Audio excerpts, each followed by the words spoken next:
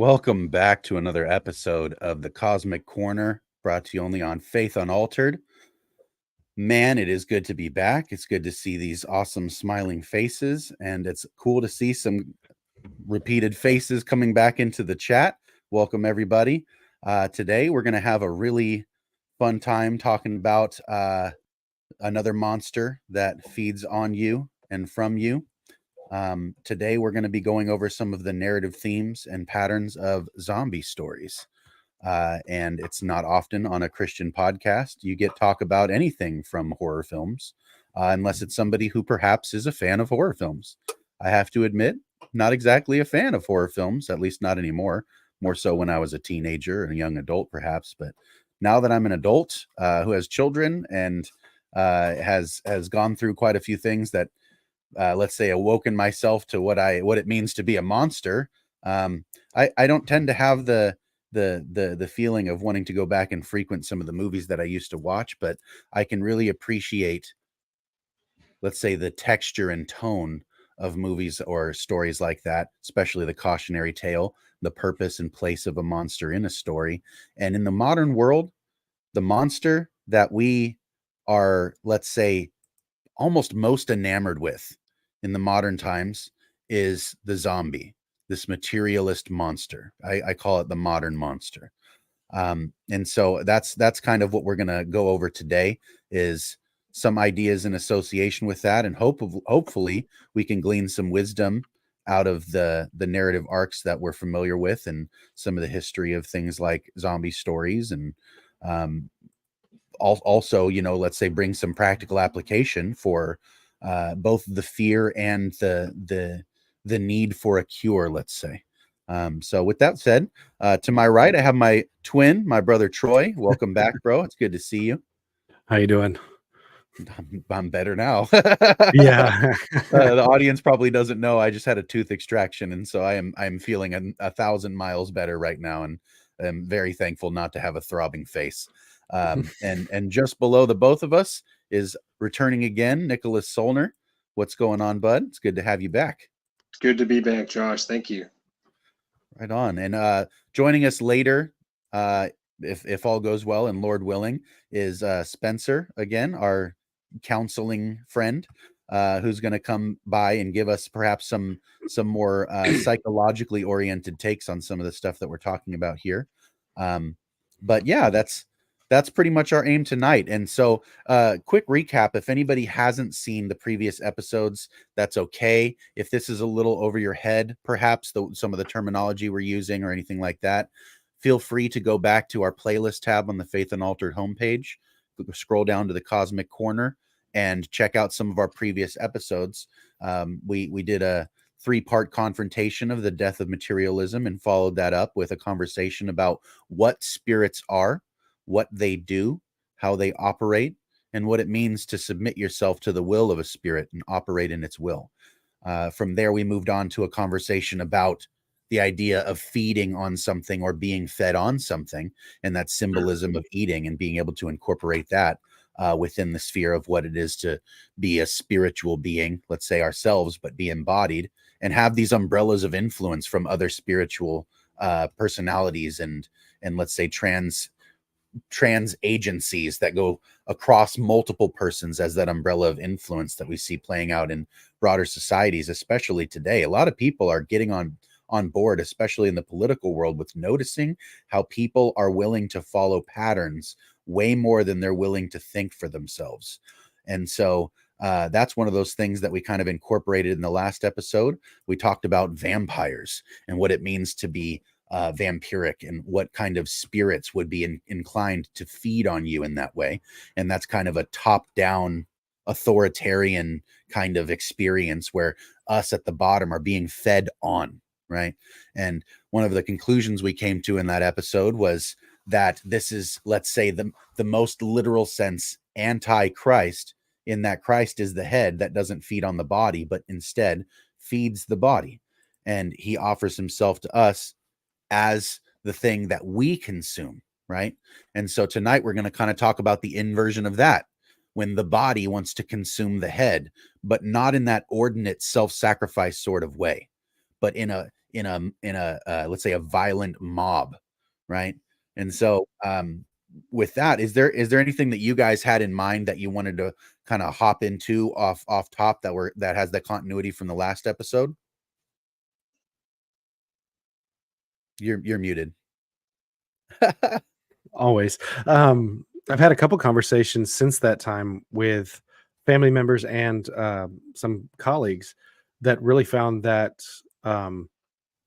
bringing the practical, taking the vampire that's this legendary type thing, and then bringing it into the practical about what does it look like, specifically applied to narcissism and some of the narcissists that we've um, interacted with in the past, and talking about how the picture of a vampire feeding on the sheep, and how there's that scripture that Jesus talks about, or the parable that he talks about, that the real shepherd gives his life for the sheep, whereas others will flee. But he also talks about that they just feed on the sheep.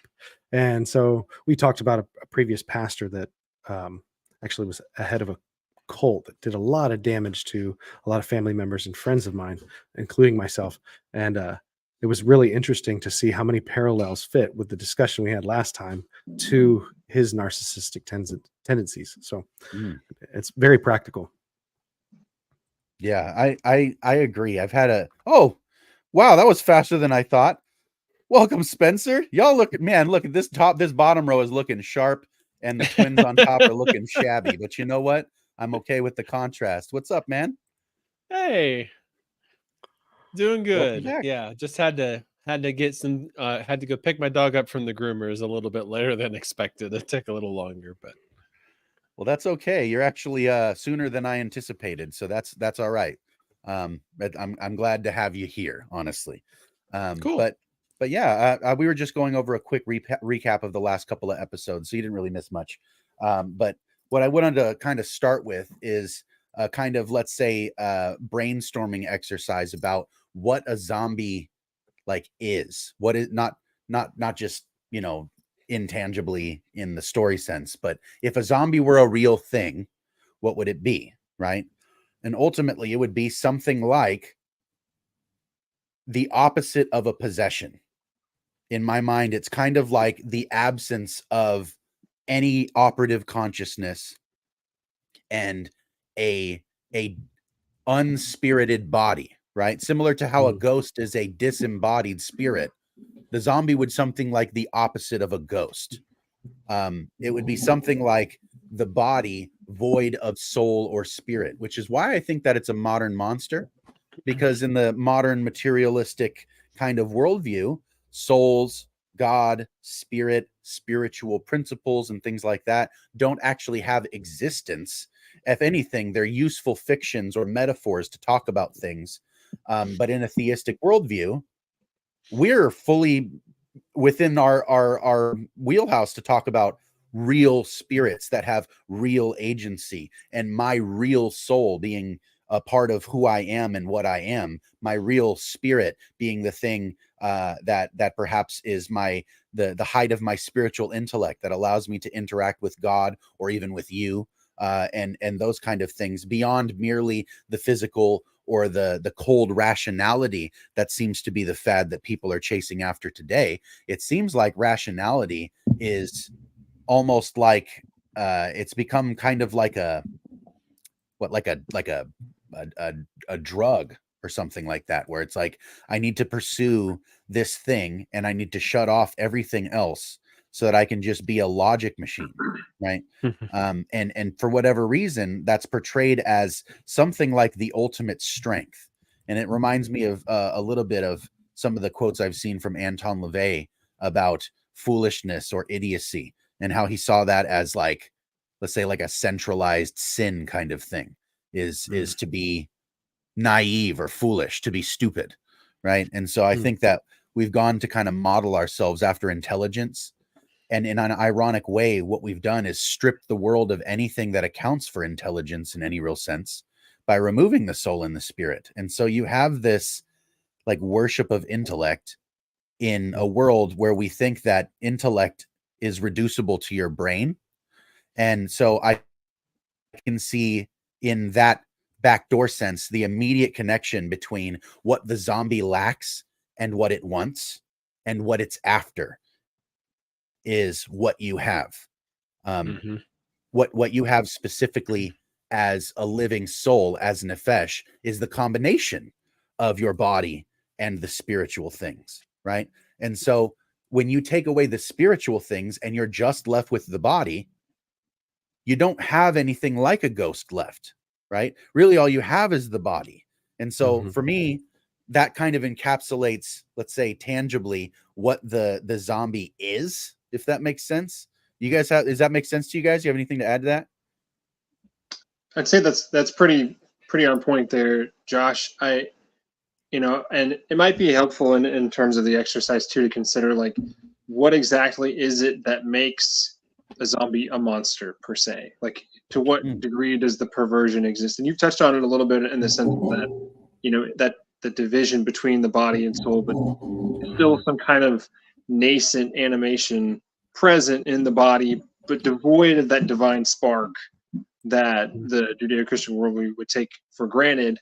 And I do think in many ways the fear, what is it that causes us to fear a zombie per se?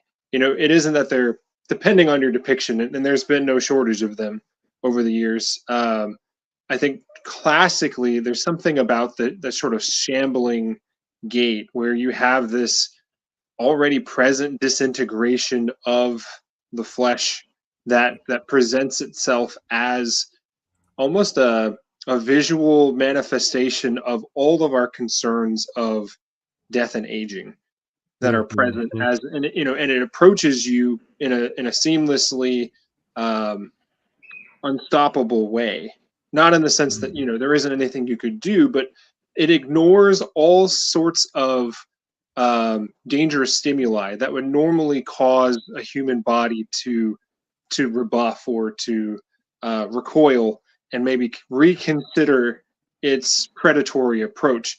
That simply isn't present in the view of the zombie. Whether it's limbs being blown off in a film, or they only have half of a leg and it's still managing to crawl itself forward towards you. I think in some capacity that combined with the fear of contagion that is presented through whatever means of typically some form of a bite, which is of course derivative of that consumption piece.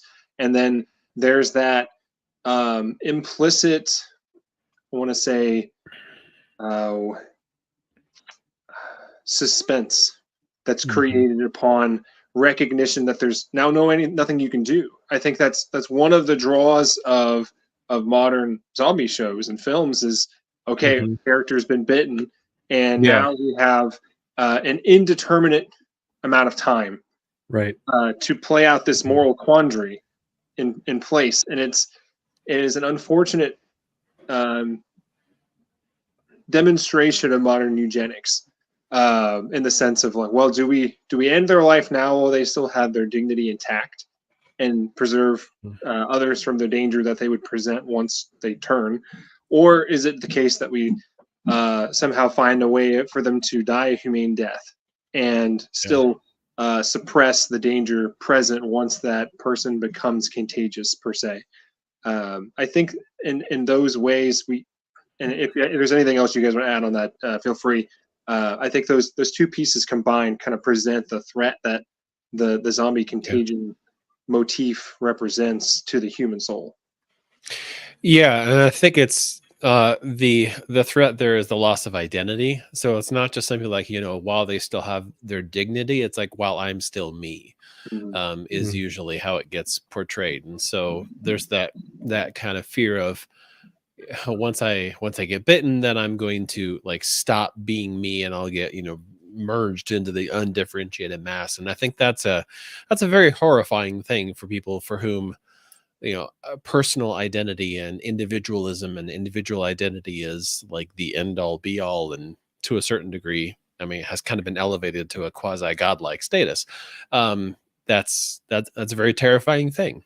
And the way you described it, Josh, is like almost like a body without without a spirit or without an organizing principle is definitely kind of what it looks like in extremis, like on the, on the far end of the spectrum. But it would seem like there's like kind of like a zombie-ish quality in there of just purely by like the kind of inverted tyranny there of like the body taking control of and subsuming the spirit. And so that there is obviously like some kind of organizing principle there because it keeps moving, it keeps acting, it has purpose, it has drive of some sort, but it's still driven primarily by that, but by the body, driven by those fleshly urges, desires, brains kind of thing. So I think that what you just highlighted there, they are dispirited if you're looking at them as individuals, but if you're looking at the whole, it's almost as if they've outsourced that identity to being just Right. the mass, right? That you have I don't know, people that are being looked at as scientists or experts at certain fields, and everyone around them stops thinking for themselves, outsources to that person, and then you say anything that might question let's say the vampire at the top, all the zombies just come out. Right? And it's just this horde that have outsourced the identity to something else. That's I think also it's important to note that not only is the fear internalized about a lack of identity, it's also this kind of, and I think really like extra relatable fear, because not everybody's thinking about identity in that way so explicitly, but you can kind of really articulate all of them out there in their animated apathy overtaking me, not feeling any pain, but me suffering the pain, right? Like being conscious. And this is one of the most terrifying things about movies and things like that where zombies feature, is the scene where somebody is overtaken and being consumed alive. You're literally being ripped like pieces, chunks, that like the overwhelming visceral pain that's associated with that is also associated with the lack of pain or ability to care from the people doing the tearing. Right. And it's kind of almost hard to not think of the zombies as people in some sense, like the residue of that is there because of the human form. And that adds to the terror, right? It's like those people, a community in a unified sense, usually coming for one person, is it like in the form of a mob, right, is already terrifying. But then you remove any sense of that shared humanity that was left, and all you get is the raging form, right? And it just comes and you know that's what I think it is like we're aware of physical pain, right? And that kind of thing. And like you said, Spencer, it was like it's missing limbs or pieces, and somehow still it is incessant and it just keeps coming, right? And it's like that unstoppableness, right? But it's like that, like you said, it's almost like both the physical form is unstoppable, but also the drawing feeling of like that decomposition process. If you aren't a soul, if you aren't a body that has a soul or a spirit, your ultimate state is decomposition, and you start dying the moment you're born. What else have you to look forward to? Right. And so I think in the modern context, I think that's why it is so deeply rooted. Like not that we don't already have 2,000 years of backdrop of apocalyptic, imagery to kind of seedbed that out. But like the new apocalypse that everybody seems to be obsessed with, and almost in a fad-like sort of way, is surviving the zombie apocalypse, right? To the point where, like, even in California, they have these zombie walks where people, like thousands of people, will come together and make themselves look like zombies and mosey about the streets. Like it's very weird that we would even construct ritual participation around this mindless mob, right? Like it's so off-putting to my spirit, right? That I think is kind of tying the whole thing in for why it's a cultural phenomena also, is that it really just matches tone with like the way people are thinking nowadays. Mhm. You know what I mean? Like with this, like I have to assume the material explanation is the best explanation first. And if that fails me, then I might leave room for something like a spiritual explanation for something. Right. And that bait and switch, I think, is the birthplace of a monster like this.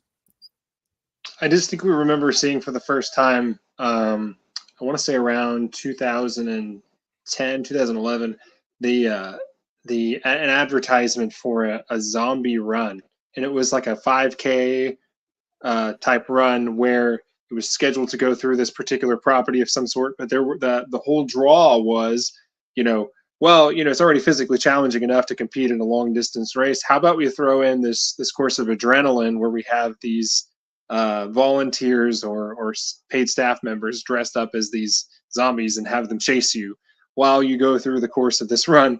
And I found in the moment it was almost comical because it seems so absurd in principle, to kind of immerse yourself into that for the sole sake of a thrill. But on the other hand, it is very much the case that there is that encounter with the monster has a draw to it in the sense of overcoming a particular challenge, at least in the appeal side of things, or even for those who are unmotivated to run just for running's sake, like myself. You can trick me into running to play a game of some sorts, but if you're just going to have me run to run, I'm not particularly drawn to that as a whole. But I had another thought that came to mind on this when you were mentioning that kind of loss of identity, wherein I think also part of what the zombie represents in ways is it's a twofold perversion. One, on the sense of the physical and our cognitive and physiological capabilities, with our attention in just focusing on that. The extreme loss of focal recognition of anything of any sort, that the complete overturn of our hierarchy of needs that is normally present and more or less draws our attention to satisfying observed needs, or and once those have been satisfactorily met, to pursue higher goods that fulfill our deeper wants and needs as we ascertain them in the world.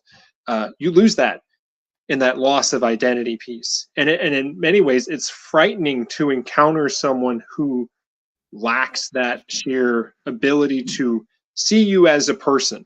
I think that's the thing that makes films about psychopaths equally concerning, and terrifying to watch. Is here's a human being that looks just like you, yet this human being does not act in a manner that is consistent with what you understand to be a human being. There's a blatant disregard for the dignity of the other that we hold so closely to. That the concept that we are made in the image and likeness of God, and yet it isn't recognized that that's the case. There's a spectrum of deterioration of that visual recognition of that identity that I think is in play.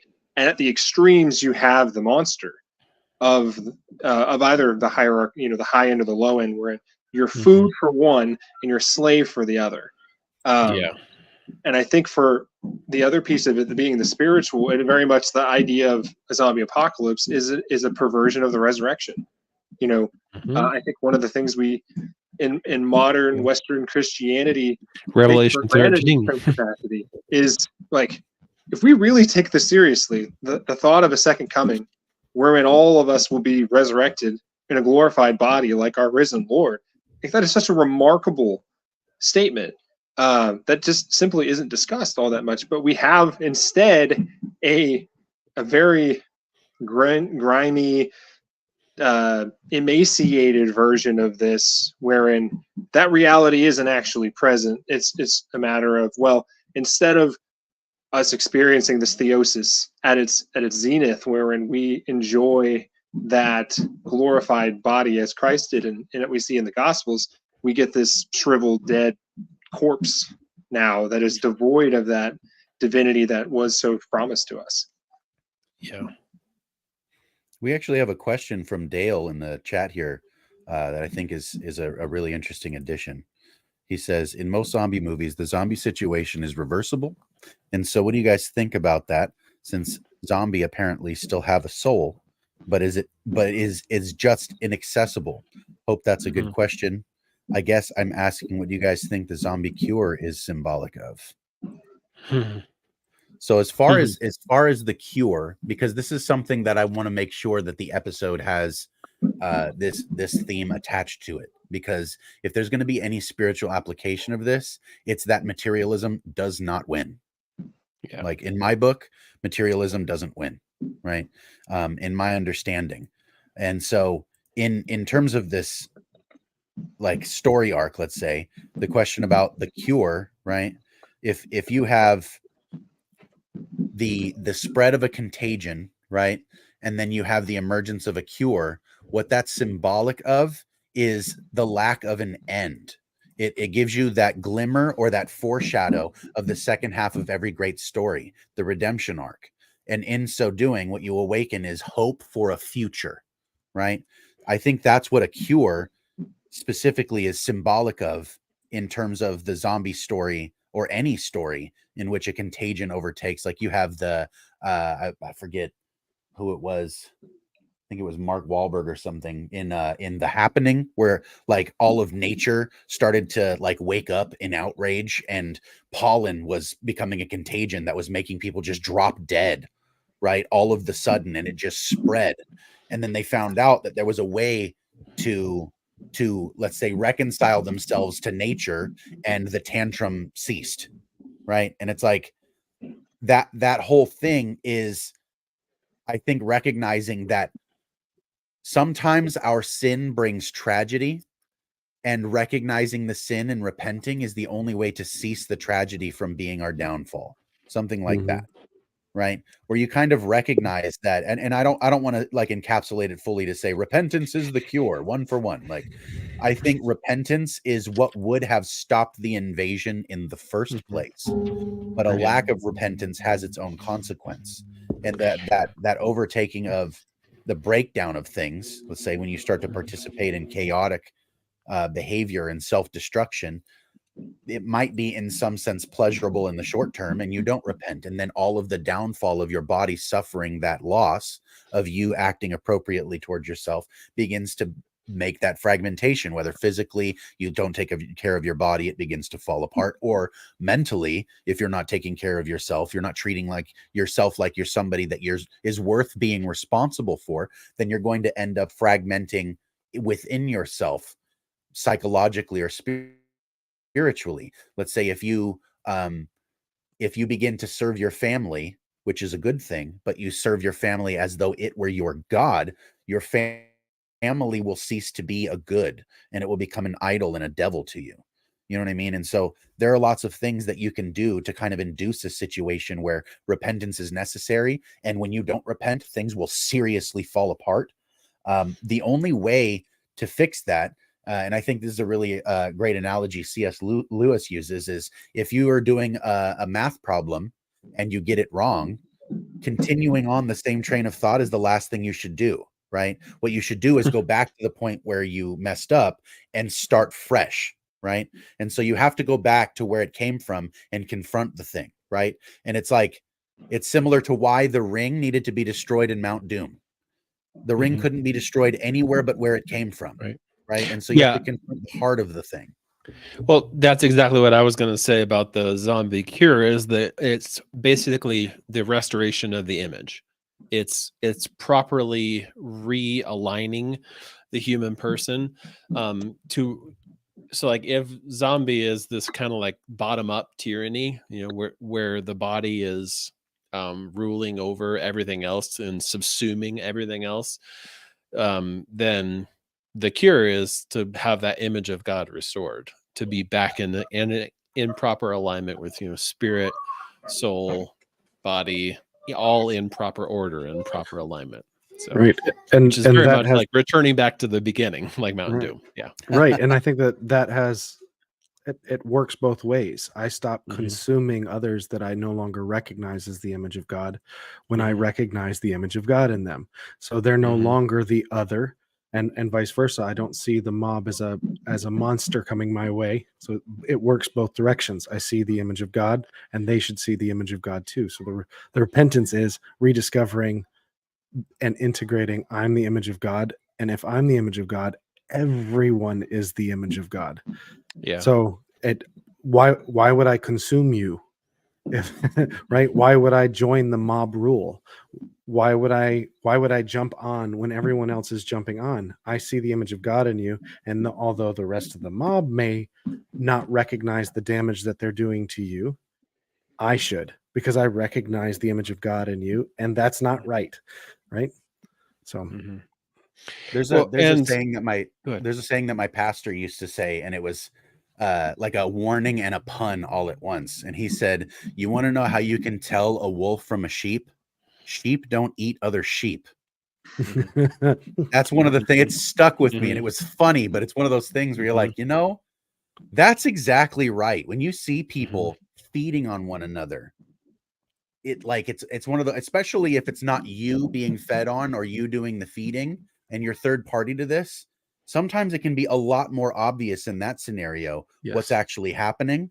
But when you're in the thick of it and you're the person being leached from, and it's something where you feel like it's a virtue for you to be giving yourself to this thing, then you don't see it as this leech taking your life from you and you slowly dwindling. Or if you're the person doing the feeding, let's say a genuine narcissist can see evil everywhere except in the mirror. They're not thinking what they're doing is even wrong most of the time. They wouldn't even think of it that way. They're simply doing what they do. You know what I mean? And there's this like lack of congruity between like when you're on the outside of the thing looking at it versus when you're on the inside of the thing experiencing it, right? And so if you were, let's say, a false pastor or something, somebody calls you out on it, you might in your own piety and virtue say, well, I'm teaching the right thing. And like let's say a pastor who gets convinced that the Trinity is a false doctrine and begins to lead his church in that direction. He might, of his own conscience, be confirming this in himself, thinking, yep, I'm doing the right thing. I'm going back to what I think is the right thing. And yet what you're doing is walking away and you're causing the rest of them to deviate with you, right? And those kind of things, though they don't immediately seem as though they are the evil that they are, it's very difficult to come back from that, because once you've gone far enough down that road, you get comfortable there and you begin to see everything that I've put myself into is attached to this thing. What if I'm wrong? Look at the cost of this thing. And then you solidify yourself in it in some real sense. You know what I mean? I've got personal story for that. Like I said, some of you may know that I grew up in a cult, and there are families there that really good people. Okay, this cult's been operating for almost 50 years now, and family members that were vital and all that are now getting to the point where cancer is starting to take them and everything else, but they're staying there. There's nobody there. There's barely anybody there, but that I've invested 40, 50 years of my life can't have been wrong for 50 years. And it's like they have completely blinded themselves to ever accepting the idea that what they're a part of that is doing more harm than good, even though they're buying into the idea that what they're doing is good. How do you tell someone? How do you have a conversation with someone and say, yeah, 50 years you've been going the wrong direction? And expect them to just go, oh yeah, let me repent. It's like such a difficult thing, and it takes true seeing the image of God in them, however tainted, however twisted. It really takes that and reaching them from that perspective and going, hey, let's take a minute, see that you're the image of God, see everyone else that's the image of God, and is this damage that you're doing proper? Well, and to me, that connects directly back to Dale's question about the situation being reversible. And honestly, that was something that I kind of I hesitated on, because I don't know. Okay, so two observations. One is that in most zombie movies, like this, reverse of the situation happens like very perfunctorily. It's just kind of like and now everything's back to normal, and then the movie ends or something like that. Like there's very little exploration of it. So I hope this is not a spoiler, but I love Star Trek Next Generation, and it makes me think of how at the end of season 3, Picard gets captured by the Borg and gets turned into Locutus, who's a member of the Borg, which is very zombified, very zombie-like. And the very first episode, and I'm not counting the part 2, but anyway, the very first episode of the 4th season and the very next season is all about him dealing with the trauma of that, dealing with what I did. And then in the later, actual Picard TV show, there he wrestles with that a lot too, of like what I did while I was Locutus, and there's literally billions of people who die as a result of that. So I think it's a good question to ask about, to really dig into that a little bit and explore just how reversible a zombie situation actually is, and like when you kind of lose your sense of self. I know a lot of times people talk about it and say, well, it wasn't really you that did it, but I did it, is usually the response. And this weird balance of like, how do I live with this? How do I reverse that? And I don't think that just simply happens by the materialist idea of just like, and now you have, new chemistry. And so all of a sudden you're back to normal. It just doesn't work that way, because there's a persistence of me across the whole thing. Yeah. Right. And there's very much incidences in personal interactions we have with people wherein we might see a manifestation of something out of character for them, in as much as we can tell, whether it's an outburst here or an characteristic amount of let's say vice demonstrated. Whether it be a friend who you thought you knew you very well, and they make some form of mistake. If it's a one-off, it is entirely the case. As being fallen creatures, we have a propensity to deviate. But I think that propensity to deviate is the pattern, unfortunately, due to our fallen nature, that over time we tend to develop these well-trod pathways neurologically and of our volition. In a sense, it's far easier to do something we practiced than it is to develop something anew, which I think has implications for both Spencer's point and for Troy's, as we've said before.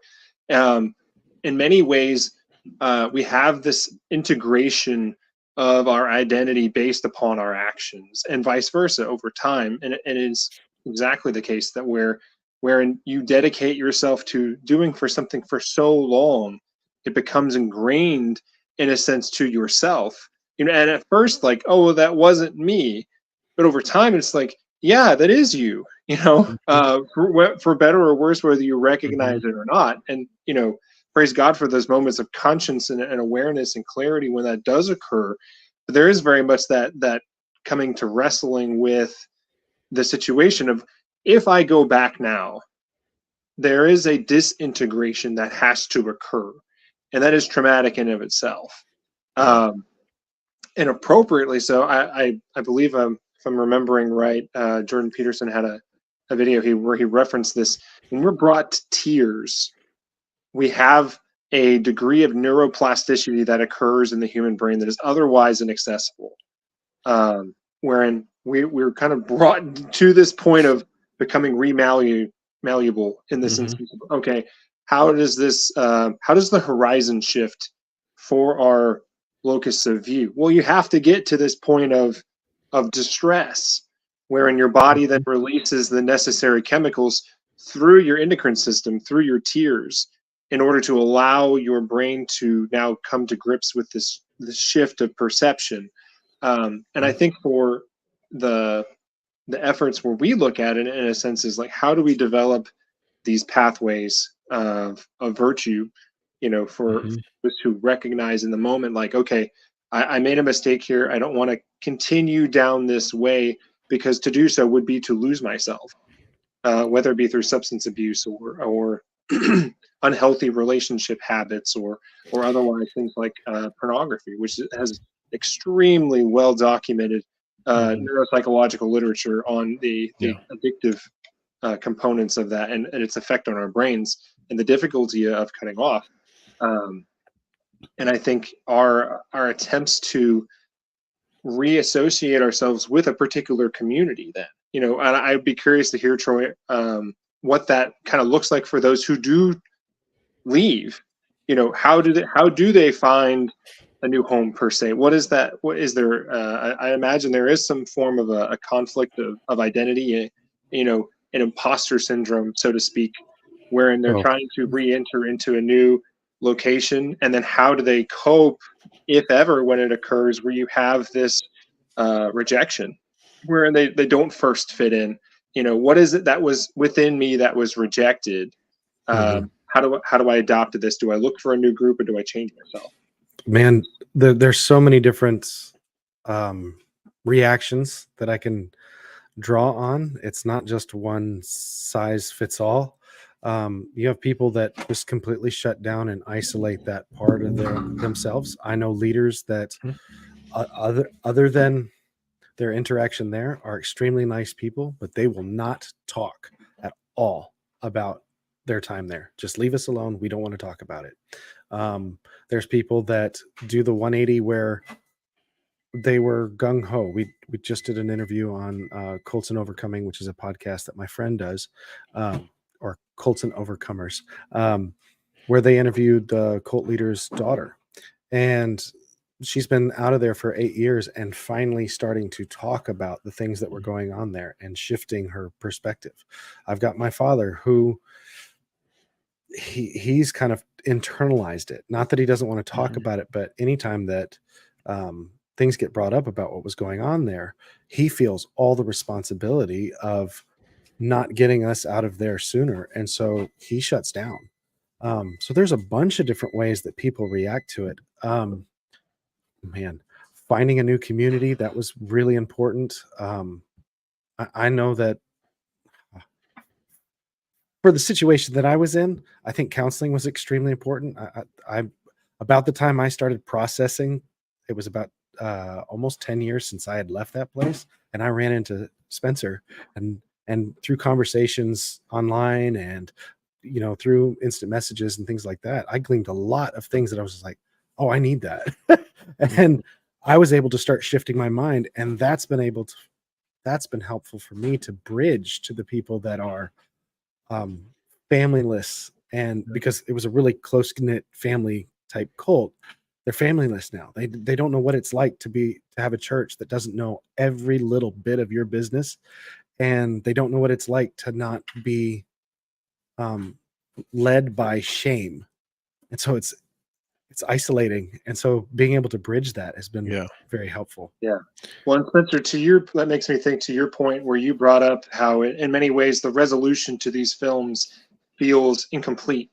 You know, it is a return to the norm, but there's not a transformative component that I think we recognize, like in Scripture with St. Paul, who is in very much a depiction, a monster in his persecution of the Christians, who then has this encounter with Christ and then comes to grips with his identity. And then it is a matter of itself, an integration of that within himself, or in his testimony, he boldly proclaims that, you know, he did all this, you know, he was the enemy of Christ, who was persecuting Jesus himself. And then now he is in another way. His identity has been reintegrated and transformed. Yeah, and now he has all of his actions that he takes from that point on are redirected in efforts towards the higher good. Yeah, and everything you were saying, Troy, resonated with me, because I was thinking about, actually going back to Dale's question about what the cure is symbolic of. Another observation about the cure that's always presented in the zombie trope is that it has to come from the outside. Like, you never really see a zombie go, okay, let me sit down and create the cure, because what that whole like zombie mentality does is it erases what would already be there. Like if a scientist, if a geneticist or whoever like becomes a zombie, like they would lose that access to that part, that knowledge base, that part of themselves. Mm-hmm. And so then they would need somebody else to come in and give them the cure before they could actually recover. And that sounds an awful lot like what you were talking about, Troy. Yeah. It's all Yeah. flipped. So Yeah. No, I sounds think an awful lot that's like, yeah, well, yeah, it is like you have to find different community, because the water you're swimming in when you're in a trauma cult situation is poisoned, and you yes. have to get Mm. like clean water Yes. before you can actually receive healing and get reintegrated and receive the cure. And it does. Right. It does come from external. And you think about a couple of the movies where, whether it's a medical intervention or Yeah. more of a symbolic intervention when it comes to warm bodies, right? It's the exposure to beauty that is drawing him out of being just a zombie. Mhm. And being drawn to something like that, it is something that's external that catches your attention. And you're right. I think that the need for external intervention, but it's never Mhm. forced. Like, if you tried to force my family out of that cult before we left, Yeah. we isolated Yeah. ourselves from all of our extended family, and like Mhm. reintegrating with my real biological family has been difficult, because they're going, well, we were told that you rejected us. Like, as a Right. child, I didn't. And I was like, what? And it was Mhm. my dad shutting down, wouldn't talk because he didn't feel like we should be there anymore. My mom convinced him, but it was, I'm going to stay because this is where my wife's at. And if that means I have to reject all of my family, it did take constant external influence to kind of Mhm. go, what are those red flags? Something's off here. What's in the periphery? I have to see something in the periphery because my focus is so it's been blinders on it. Sorry, I'm stumbling over my words. I wasn't thinking about talking about this tonight, but blinders on and having someone go, hey, check something, and then turning to seeing something completely different. Mhm. I don't know if that Well, makes sense. no, it makes total sense, because I mean, honestly, every single thing we've been saying the past couple of minutes has been Ephesians 2. I mean, start to finish. Like, you were dead through through the trespasses and sins in which you once walked, following the Mm, course of this world, following the rule of the power of the air, the spirit that is now at work among those who are disobedient. So like there's that sense of, I mean, literally, like, you're dead and you're walking. And you're animated not by the Spirit of God, not by the Spirit of Christ, but by this other spirit that is operating to kind of merge everything into this undifferentiated mass among all of these disobedient people. And we once lived among them, and in the passions of our flesh. There's that, bottom up tyranny, doing the will of flesh and senses. So we don't have a will of ourselves, and we're not, certainly not submitting to God's will. We're just submitting to that will. And that causes us to be by nature children of wrath, like everyone else. And then it, goes on to say, for by grace you've been saved through faith. This is not of your own doing. It is the gift of God. There's that, that external.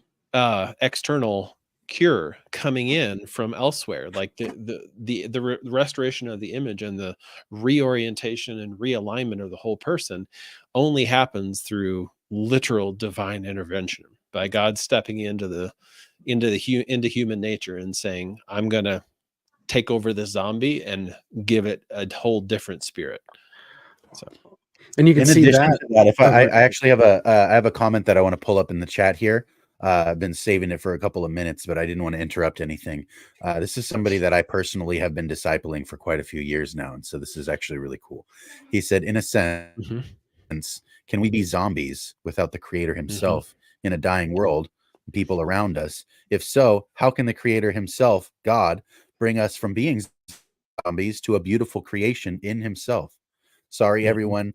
God has given me the ability to see things in pictures. Michael, you're among friends, I'm pretty sure here. Yeah, I'm pretty yeah. sure that's No, the entire point of why we do this the yeah, way that we're doing, yeah. is because picture is such an incredibly Yep. perfect and vivid way of confronting these things. And I think you're exactly right, bro. In a Mhm, sense, can we be zombies without the Creator Himself?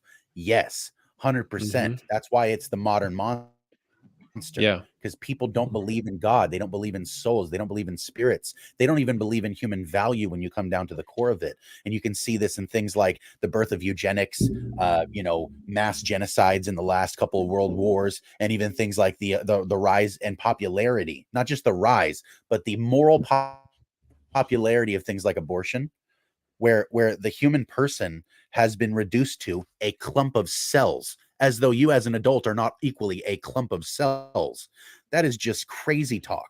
And to think that people have come so far that this is not only like widely known, it's widely accepted, and if you don't accept it, you are now finger wagged and moralized to about not being so, like deprecating against humanity.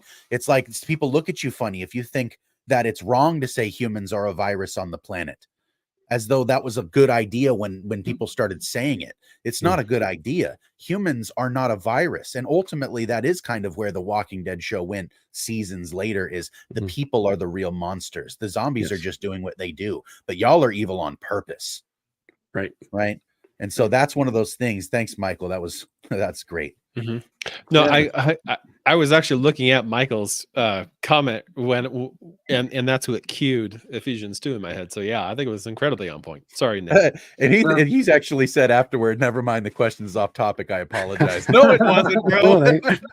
Dead on. The heart of the topic. Like, no, and I do think there. It is the case as well that not only do we have, the arrival of Christ incarnationally is very much part of the course correction, but all of his teaching that he grants to everyone he sees is a matter of the course correction. And whether it be a sort of enslaved misappropriation of the law, wherein the Pharisees grasp upon these particulars within itself that is devoid of the Spirit.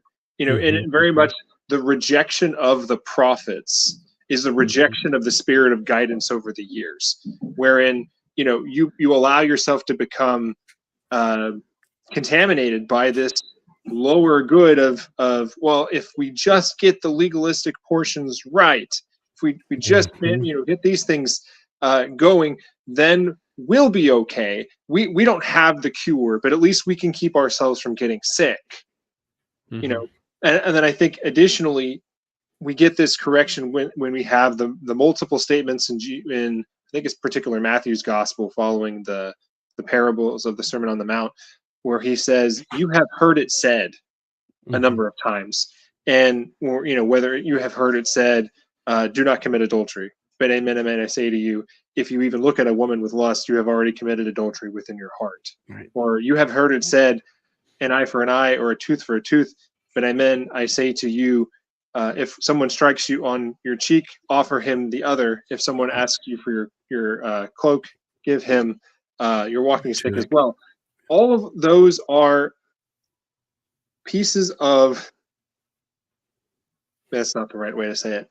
They're opportunities for us to kind of pull ourselves back onto the corrective pathway. It's re-inspiring the text. Yeah, that's well said. Literally. And very much in the sense of where Jesus says, "I am the way, the truth, and the life." It pulls us off of this. If there were going to be ways to pull people out of the mob and to get them on this proper path, it's with those particular words where you hear the voice that resonates within you that's like, oh, this is different. And that's why they say, like, where does he get this from? We have never heard anyone speak with this authority before. Yeah, there's a scholar named Meiko Nagasawa. I've talked with him several times over Facebook and online over the past couple of years, and he uses what he calls like a medical ontological substitution model for looking at the atonement, for looking at the incarnation. And one of the things he talks about a lot is how he kind of likens, the sacrifices to like a dialysis machine, of how it's like impurities are fed in and then purity is given back. That, I like that. Yeah, which is this kind of like, blood transfusion idea, which is what Jesus is talking about in John 6 when he says, eat my flesh and drink my blood. I mean, it can sound really gross and kind of zombie-ish, but it also, but like in this medical model of what Meiko Nagasawa has been kind of presenting, which is very reflective of the patristic witness, very, very much in line with like Irenaeus and Athanasius and and many other church fathers, where it talks about how the whole function of the sacrificial system was to give impurity so that God can carry it, so that he can be the one who nasas avon instead of them, and then he gives them back his own life. And so Israel becomes, and what Meiko Nagasawa calls it, is like as almost like a focus group for the cure. And so God is trying to develop, not trying, but is working to develop this this cure for humanity through the law, through Israel, by showing them this is how you be the light to the nations. This is who I always intended Adam to be. Follow the law, and you will be that. That's what Isaiah 58 says. Is like, oh, that you would have done this, and you would have, your righteousness would have gone forth to the whole world.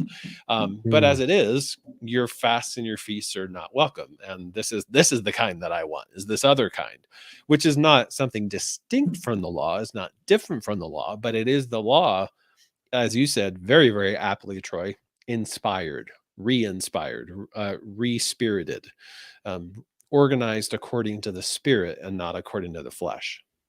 And the other thing too is the way that, and I think it reminds me of Romans 5. Death entered in, and because death spread to all men sinned, right? Yeah. And so when you look at a zombie story, who is it that they're looking for when they need the cure? It's not just the geneticist or the scientist. It's the one person who happens to be immune.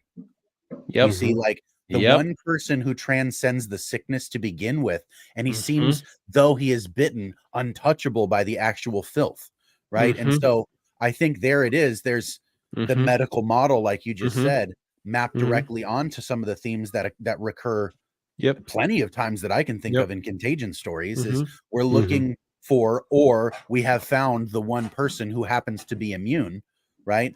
And that person becomes something like the key part of why we're here. They're the most important. They become HQ that everyone centers around, to bring back some of the language from our previous conversations. They become that thing that everybody unifies around, and their self-sacrifice now has something to have value for, to where if somebody says, if I die, that's okay, the cure lives on, right? And I think that's where the place of the martyr comes in as well, is to bring up an awesome metal song that I love so much. You can't kill me, I'm already dead. This is the martyr's cry, right? Like to confront something on purpose, to say the world has already gotten here. I'm not the loss. The loss is already real. What my loss can be is gain if I aim it as something that is bigger than myself. My sacrifice makes the future more real and not less real. My future can be sacrificed for the future, if that makes sense. But that's only after the model of the one who was untouched by the sickness, let's say the illness, the contagion, which is in fact what we call the fall, right? The contagion. My pastor, another hilarious pun, he calls it the atom bomb. When Adam bombed, right? I thought that was really funny also.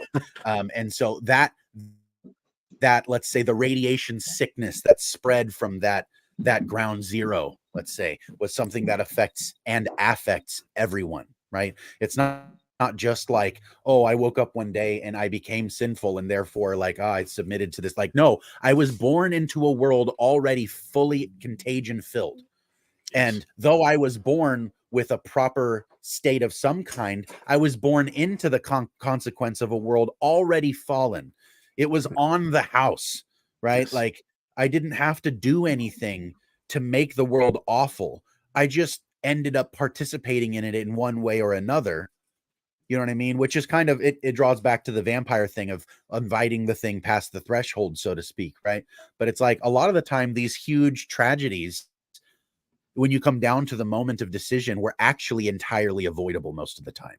I'm reminded of Hurricane Katrina, where they had this huge swell of water come in inland and destroy so much, and then there was a government response afterward, as though there shouldn't have been one beforehand. And nobody's really thinking about it oftentimes, that that if you don't build an ark, you don't survive.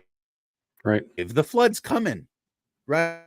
Flood is coming. If you don't build an ark, you don't survive. If Noah hadn't built the ark and obeyed, even the 8 wouldn't have been saved, right? And so we can see sometimes it's the preventative measures of others that can avoid huge loss. I'm also reminded of Moses, who stands before God as an intercessor for the people of Israel, and God says, I'm done. I'm gonna wipe them out. We'll start over with you. And Moses is like, no, that's not according to your name, Lord. Like, you've built an expectation already. I would rather you kill me with them.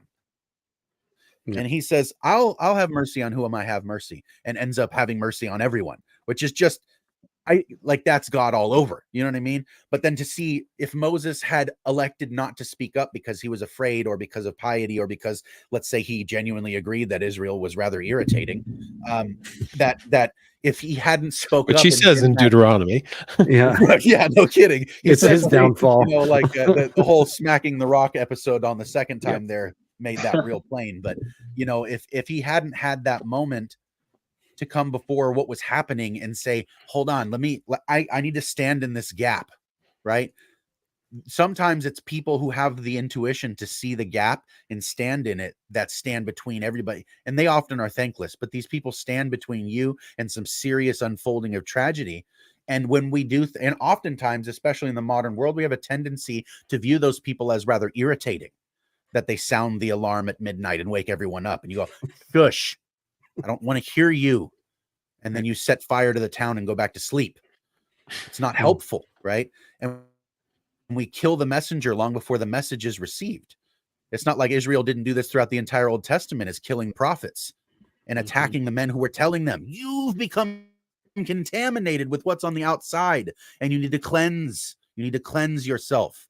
The leprosy has come into the city. It needs to be on the outside. This comes back to some of the imagery that's actually present in the law, like lepers not being allowed in the city. Oh, doesn't that sound cruel? No, it sounds really preventative. You know what I mean? And so it's one of those things where, again, Christ, being the immune one, goes for the leper and does this healing, and he touches the leper. A lot of people try to speculate the leper was healed as his hand approached, and by the time he touched him, he was healed. No, Christ is immune. You don't this. This is the thing. The contagion doesn't reach him. He is the cure. Right. The way that he says it is, like he's going, the ruler of this world is coming, but don't worry about it. Don't fear. He has nothing in me. There's no place where his hooks will get me, because there's no place for him. He's immune. Well, and I do think too, Joshua, you absolutely nailed it with the linear progression of the biblical narrative. In many ways, it illustrates that fundamental point of, well, how would you know if you were on this? How would you know if you're on this pathway? How would you know what you were part of the mob? What is this realization piece that is the diagnostic, so to speak? And I think one of the pieces that you alluded to is the abrogation of planning of sacrifice for the future, wherein like, what do zombies do? Well, they are single-mindedly in pursuit of the most basic a meal, need, like food, and that's it. They're either in a form of like shuddering stasis, in rest, or they're pursuing with predatory hunger. And those are about the only two states of operation for the monster. Wherein, if you are in any way, shape, or form pursuing whatever base, carnal, or otherwise lower goods at the sacrifice of the plan for the future, you might find yourself very much within that mob. And it is, it is also the case then that the work that we do in many ways, and this is, I think, the beautiful piece for Catholic social teaching, which is there's an inherent dignity in human labor that is very much a recognition that when we work in whatever capacity, whether it be for our ministries, for volunteer work, for a job of gainful employment, all of these actions are taken with the recognition that the work is work. It's done as a sacrifice in order to obtain the means to come to a rest. And it very much imitates that creative process of the Lord in the first 6 days, where he has this emanation of his character within the space of space and time in the creation thereof, in the ordering of things in such a manner that on the seventh day when he rests, it doesn't just fall apart. All of this is in play, that these things might operate as they were designed. And over the course of the failures throughout the course of Israel's history, where do they fall? When they fail to make those proper sacrifices. It's the mistake of Cain again and again and again. It's the abrogation of the long term for the short term, and then it comes and finally bites you. And then now you're part of this process, and it's so possibly difficult to get yourself out. And it's that's forgetting of the future. Sorry, Spencer. It's fine. It's a forgetting of the future, which is a deletion of hope. And without hope, you cannot plan toward. You must consume now, right? It reminds me, hello, global warming narratives. This is something where, like, if you go back to like my experience as a kid who grew up in the early 90s and watching movies that were trying to make plain to us that we were not being careful as stewards, that we were being impulsive and stupid, right? It reminds me of armies of trucks being sent into the rainforest to level things, right? It's like that. We had no idea the repercussions, no idea at all. You know what I mean? Like 150 years ago, nobody could have said with the advent of sanitation and things like that we were going to transition from being polluted in our communities to have garbage floating in the ocean big enough to have a community live on it. You know what I mean? Like there's so many things that we couldn't have seen properly if we weren't aiming at the future, and therefore our impulsivity brought about its own punishment. You know what I mean? That's what I was saying before, is that lack of prevention, the lack of standing in the gap, or even worse, the execution of the figure standing in the gap because of our complacency brings about that tragedy. And it's our fault. That's the thing. It's our fault, right? And this is, sorry, I didn't mean to like tirade after that, but that's what that sparked in my mind, was this, like, we haven't been proper stewards of the house that God gave us. Yep. Absolutely. Yeah. Either the the planet we live on or the bodies we inhabit. Either one. Yeah. It reminds me of Hebrews 2, and especially like Hebrews 2:14 and 15, where it is talking about how since therefore the children share flesh and blood, he, meaning Christ himself, likewise shared the same thing, so that through death he might destroy the one who has the power of death, that is the devil, and free those who all their lives were held in slavery by the fear of death. So there's that kind of like fear of the zombie infection. It's like we're born into that world, where we can see the spots of the infection all over the place, and it's absolutely everywhere. It's on our own skin. We have a bite. Actually, one of the favorite descriptions of original sin in the church fathers is the fangs of the serpent, or the venom of the serpent. And so it's this idea of like we're infected, and it's just a matter of time until we turn. And so we're walking around in this world, and we're afraid that this is going to happen, that we're going to get bit more, that it's going to happen faster, that we're going to die.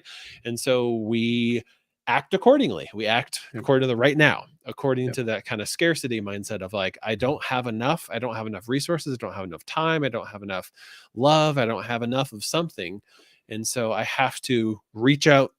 I see what looks good to my eyes. I reach out and I take and I eat.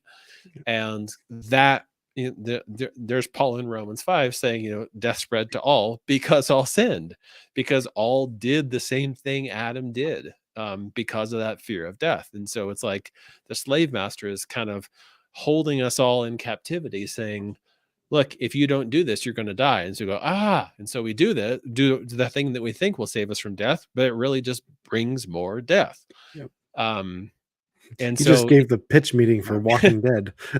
well, yeah, Yeah. like I've actually never watched Walking Dead, so I don't know.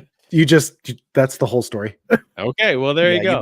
You basically wrote the story Yep. of at least the first 4 or 5 seasons. Yes. Yeah. That you know what's cool too is in an immediate sense, what you just laid out, Spencer, is actually, let's say, what I think the modern apologist just wants to say by our need, right? Mhm. The reason why the gospel has this premier entrance as good news is that there is a second transformation possible. It's not simply that you fall into tragedy and then you die. Like, that's it. And that's the end of the story. It's like that's basically most zombie stories is you get to watch the fall and the tragedy, and that's it. You know what I mean? Like that's all you're watching. There is no second transformation. Well, I mean, I can make it, super nerdy and very neurosciencey as well, and say that, like, when we operate in that scarcity mindset, when we operate on this survival mode, we basically have 3 layers to our brain. There's our hind brain, which is like our lizard brain, more or less. There's our mid brain, which is our like mammal brain, our limbic system, and this one kind of functions as like our survival instinct. It's just basically on the lizard principle. How do I get more food, make more lizards, that kind of thing. The midbrain is all about connection, belonging. How do I create, a tribe, a family, a community, and am I loved? Am I safe? Am I secure? That kind of thing. And then we have our forebrain, which is our prefrontal cortex, and it's the thing that makes us human, basically. And when we operate in that scarcity mindset, we're just operating with this part of our brain, because it does go hierarchically. It goes sequentially. We start here. If we have resources, we go here. If we have resources, we go here. And so when we're just kind of living day to day in this kind of scarcity mindset, that it's this part of our brain that's making all those decisions. And so as a result, we consume. So zombies are lizard people. Consume everybody. Yeah.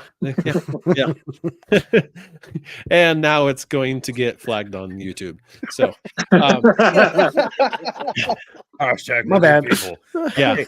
But what it does though is, yeah, go ahead. No, you're good. Finish your thought. You're good. Okay, I was going to say that what that does though is it prohibits like personal connection, human connection, belonging, community, all of that.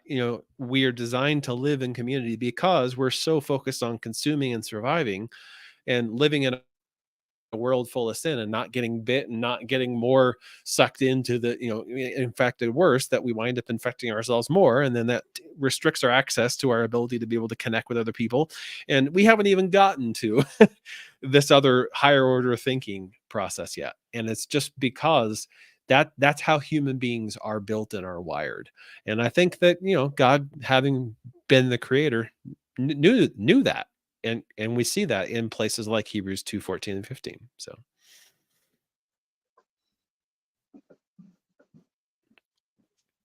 you're muted. You're muted. Thank you. I was going to say, in addition to that, if we live in a state where we're constantly in, let's say, survival or emergency mode, I know it's also very costly to our bodies. We're actually aging faster. We're dying faster by living in that state of constant alert, a constant alarm, a constant impulsivity and right nowness of the thing, right? Like you don't have a future to aim at because there's no stability, right? This is the fear of adrenal overload and cortisol saturation. Exactly. These are people that live, let's say, paycheck to paycheck, not knowing what's going to happen. If they lose their job within a week, they'll be homeless. There's nothing like it. There's nothing to fall back on. And so that person is a constant state of alert and heightened anxiety. And that person is suffering physically as well as mentally from that.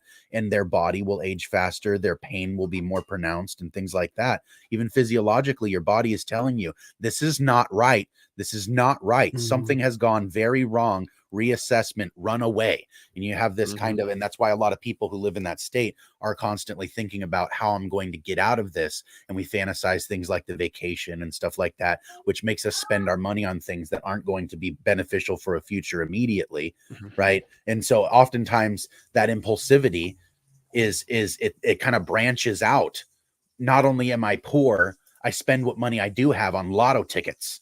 You know what I mean? Like it doesn't, those kind of things. If we're to try to be as sensible as possible and as prudent as possible, those things wouldn't make sense. But if you don't have a future that you're aiming toward, prudence doesn't really have a place for you. It's almost an interruption.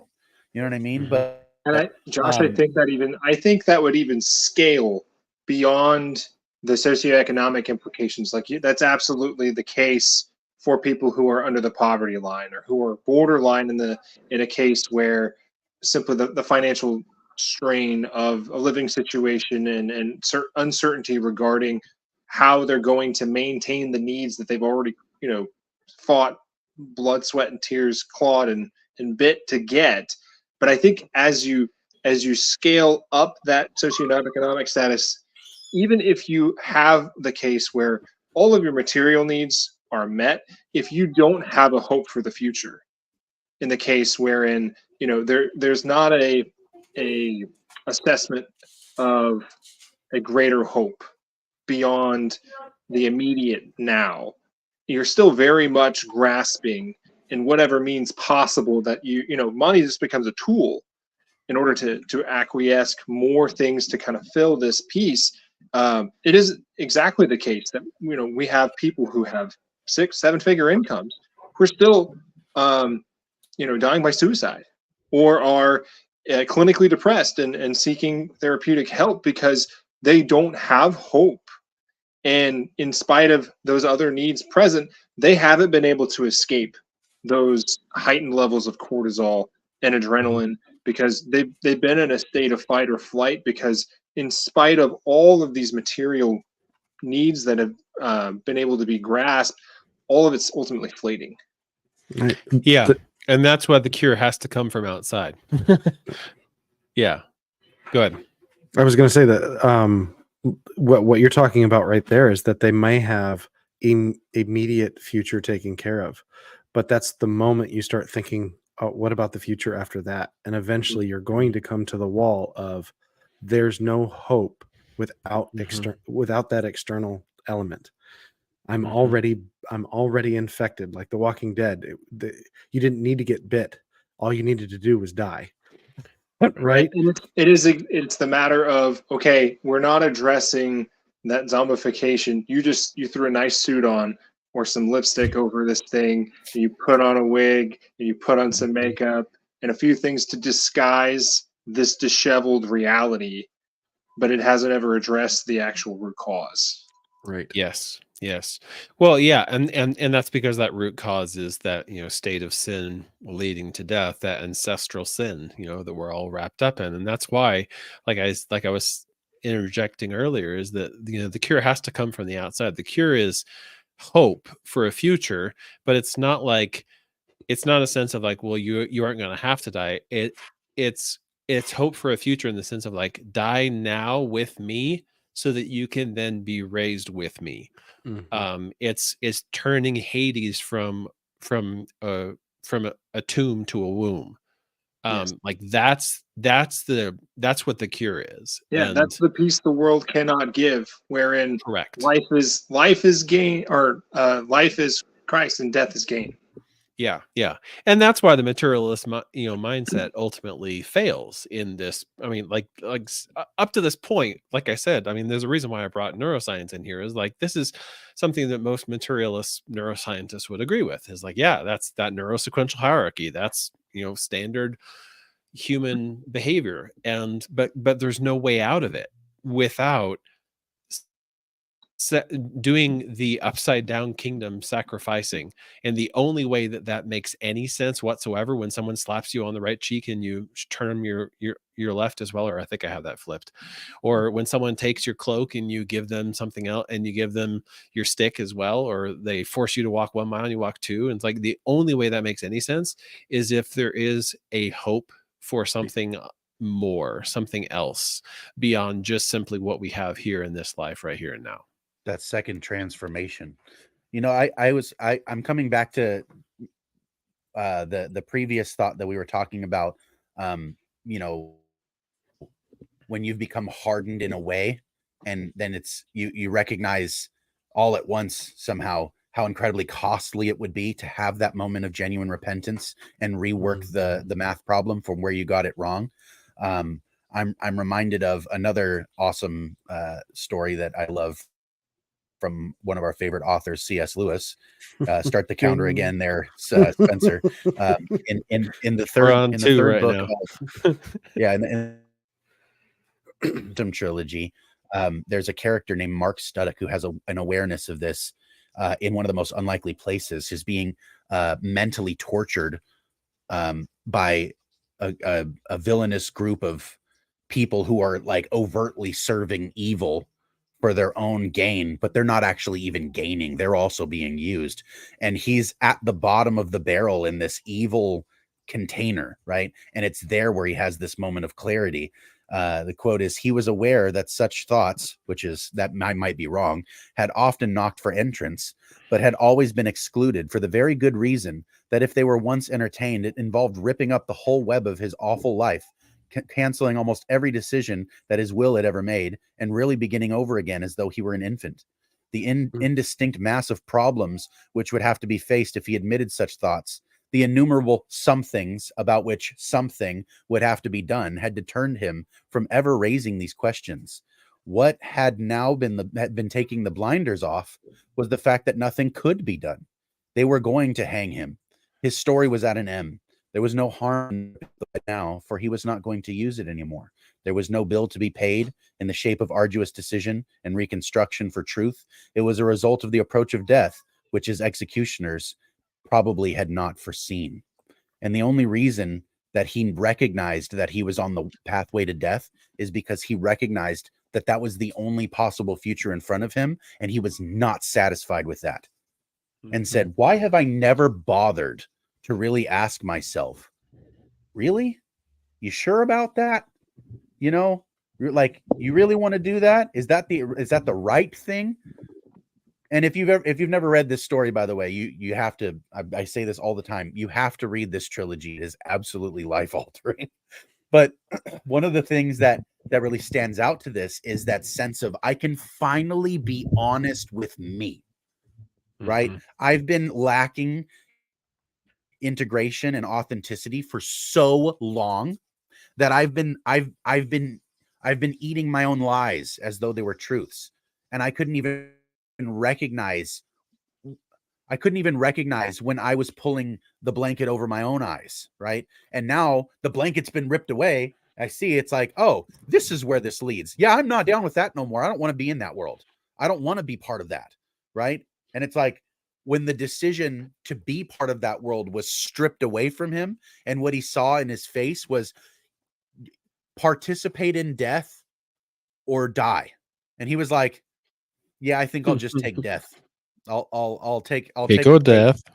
Yeah, I'll take cake or death. Yeah, that's a man. I haven't thought about that guy in a long time. But yeah, the moment where you have this aha, oh, I could have done something about this all along. This nagging conscience that's been tugging at me this whole time that I have callously learned to ignore so well. And all of the sudden, all of my facade is stripped away because the tragedy smacks me in the face. And now I really have the opportunity, because what is it going to cost me now? I'm either going to participate in death or die. I no longer want to participate. And then you give up your life. And that's where Christ says, if you, the one who hands his life over will actually finally find the life that was meant to be there in its place. What you're handing over is not actually life. It's your participation in death that you're handing over so that you can have life finally. Yep. We will all enter the grave either as slaves or as conquerors, one of the two. And so, and then another thing that I want to kind of quickly hop back to, which is ironically, and well, maybe unironically, another quote from the same trilogy, in the second installment of that, the main character is having a run-in with something harshly zombie-like, right? And has this moment of like Nicholas was talking about earlier, what are you so afraid of? And I feel like Lewis really smacks the nail on the head, like one hit, one kill kind of thing. He says, if Ransom had said nothing, it was because he could not speak. I think that's profound already. His ability to speak, the logos had been taken from him, from simply seeing the thing, right? It says he saw a man who was certainly not ill, and to judge from the easy stance and the powerful use he had just been making of his hands, he saw a man who was certainly Weston, to judge from his height and build and the coloring of his features. In that sense, he was quite recognizable, but the terror was that he was also deeply unrecognizable. He did not look like a sick man, but he looked very like a dead one. And the face that was raised from the torturing mass had a terrible power, which the face of a corpse sometimes has, of simply rebuffing every conceivable human attitude one can adopt toward it. The expressionless mouth, the unwinking stare of the eyes, something heavy and inorganic about the folds of the cheeks said clearly, I have features as you have, but there is nothing in common between you and me. And it was that kept Ransom speechless. What could you say? What appeal or threat could have any meaning to that? And now, forcing its way up into his consciousness, thrusting aside every mental habit, every longing not to believe, came the conviction that this, in fact, was not a man. Yeah. It actually reminds me an awful lot, as you described that, of both Cain in Genesis 4 and the beast who is resurrected at the end in Revelation 13. So like the way it's described with Cain is like sin is at your tent flap at your door. It's crouching. Like it's described as a beast. It's this demonic force that kind of comes up out of the cracks in the ground and is sitting there just ready to come in. And God says its desire is to have you, is essentially what, like, its desire is to consume you, but you must master it. And he fails and is mastered by, this beast creature, this sin. And so then he becomes like, he basically becomes bestial, becomes beast-like. And so that's where, again, we get this like, lizard response, hindbrain reaction, living in scarcity, living in fear of death. And that's Cain's number one fear is, if I go out of here, people are going to kill me. And God's response is, by the way, he doesn't require a death to be able to save him. I'm just going to point that out there. But God's response is, no, I'll protect you. I'll protect you. And so he sends him out there, and then, Cain just kind of begins to perpetuate more and more of his line, more and more of those beast-like creatures, leading to the need to get rid of it in the flood. But we see that recapitulated, and it comes back in Revelation 13 at the end, where there's this beast that comes up and has a wound that looks like it was fatal, and it turns out actually no, it's back alive. And everyone is like, whoa, wow, it's amazing. But again, it's very much this kind of like you were reading from that passage in C.S. Lewis of like, it looks to the rest of the world like it's a normal person, but the people who know, like this is a person this is something else wearing a person suit. And it's like that beast like quality is what it looks like when sin masters us, when we become zombies.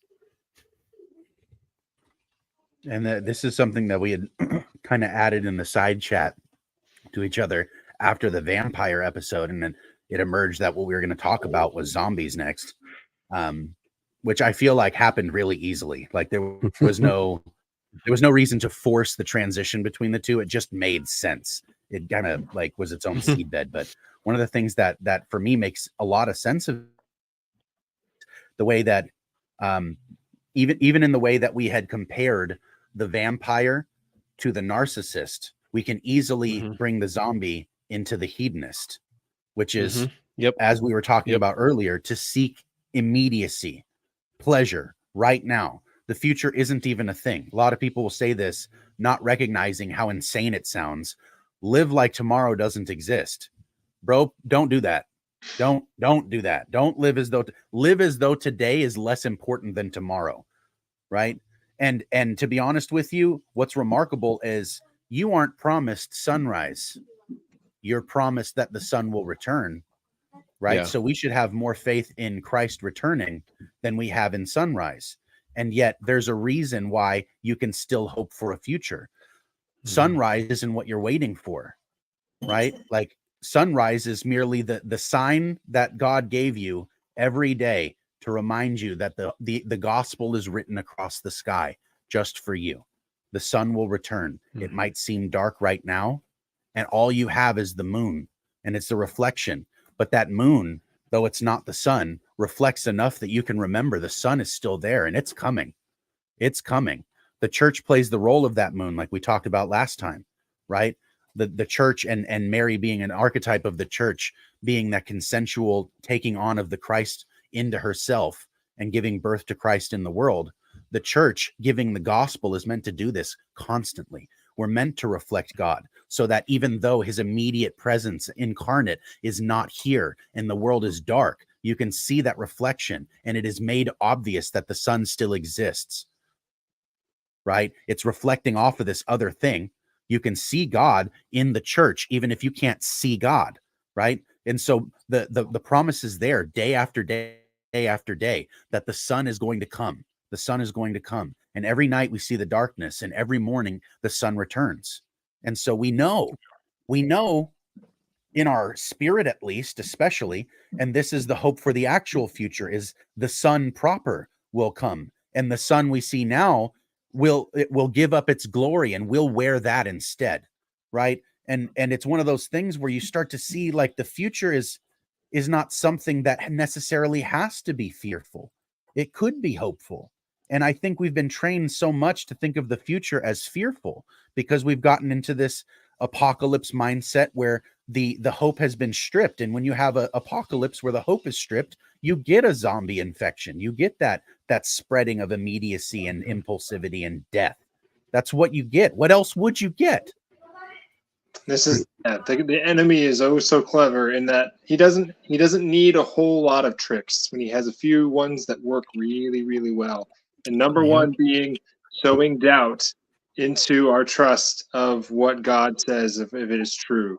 Because it is exactly the case that if you doubt the gospel, if there is a and this is, I think I love this prayer, and it has hit me over and over and over. It's like, Lord, help my unbelief, to give me more of this trust in this thing, because I think when the deviation of trust ultimately leads to that grasping, and as a group, you get conspiracy theories, you get cults, you get groups of people who present this appropriation of a threat as if the battle wasn't already won. That we need to, we can't rely on that to be the case, because otherwise you might end up as victim, which is just a sheer misappropriation of what the gospel is, in a sense that we don't have to fear death if the battle has already been won. Right. Our perspective vantage point hasn't sufficiently shifted if we can't lean into that with the same point of supernatural faith that we see present in the martyrs. Absolutely, 100%. I was just like nodding the whole way through, because this is so true. And for me, as somebody who works primarily with people who have been hurt by the church, or hurt by a church, or hurt by Christians, or hurt by various different forms of theology that are twisted and messed up, like, it's infuriating to me. And it's infuriating to me to sit back and watch the church as a whole, like, act like they don't have a hope, act like they don't trust, to get into bed with politics and politicians because we have to get, worldly power, because that's the only way we're going to make the world better. Like, as if we don't trust the God that Jesus is on the throne. To get Oh my goodness. Sorry. I need to stop. No, well, if you're pausing for a second, man, the idea of like a little bit of trigger from what Josh Davison was saying a little bit earlier about the future is more important than today. Normally, when that is said, it's you need to fear the future, so do the right thing today. And Mhm. everything that's said after that, from Joshua Davidson's comments to Nicholas to Spencer's, is no, the future is a great hope because of what's already accomplished. So yes, the future is more important than today, Mhm. because what I think it's Peter, it says that through your actions you can hasten the day of the Lord. The day of the Lord is not an apocalypse the way that we would see it in the modern world, where scorched earth, desert, zombies, it's not that. It's Eden reimagined with Yes. fully matured images of God. Yep. That's the future that is our hope. And Yep. most of Western Christianity has been preaching the earth goes to hell and I can't wait to get taken out of it. So there is Mhm. no hope here. So I can try to take over the world as a top-down tyranny. Let me get into politics. Let me change the rules. Let me force these godless sinners to be righteous. Or And it's force like, the righteous to fit the godless sinners. I mean, right. how very much is it the case where we've seen again and again and again so many Christian congregations bend over backwards to the law of the Forsaken One? Well, That if we you have the wrong spirit, of course you're going to corrupt your aim. I mean, that's why when Jesus is talking to the Pharisees and the lawyers, he's going, look, you travel land to sea to make one proselyte, and then you make them twice the son of hell you are. It's Yep. because it's the wrong organizing principle aiming at Mhm. that direction, and it's going to Mhm. be twisted. So you might Yeah. be aiming at forcing people to be more righteous, but what you end up doing is creating militant atheists, is Mhm. creating the things that we see today that are the zombie mob. We claim we have the cure, but all we're doing is spreading contamination. Yes. And if it infuriates me and saddens and breaks my heart, because I work with people who get hurt by this day in and day out, I can only imagine how much it infuriates God. Like if God is a God of love, he is also a God of wrath. And the harshest words Jesus had were for the people who were tying up heavy burdens and putting them on people's backs. And like you said, Troy, going all across the whole world to try to make proselytes and winding up just making them twice the son of Satan as they themselves were. And it's like that is the really where this whole zombie discussion cashes out for me, is well what you were saying, Troy, of like it is an apocalypse, and not Yes. an apocalypse in the sense of like the world ending, but apocalypse in the sense of Revealing. unveiling, revealing. Like all of humanity has been healed. All of human nature itself has been united to the divine nature and has been healed. And that is the hope that the church carries. And that is the cure that we are bringing out into the world, that the doors of Hades have been kicked down, and not, as John Chrysostom says, and not one dead remains in the grave. That is the gospel. And if we act like we're still like there's actually something good still in the grave, then we are not being in the gospel. We are not preaching the gospel. We're preaching the gospel of demons. And what we need to do is be something much, much better to unveil the reality that Christ accomplished in his incarnation, death, resurrection, and ascension, rather than some other gospel that is out there in the world, because that will not save. I think the point that you just made about the apocalypse not being, let's say, plainly the end of things, but in that second transformation, it's an unmasking. And how appropriate the zombie story is an unmasking of that death spread. That it like this is, I think, let me just bring out the awesomeness of the gospel that we are all here for, is that the cure has already been established. You just have to stop taking the wrong medicines.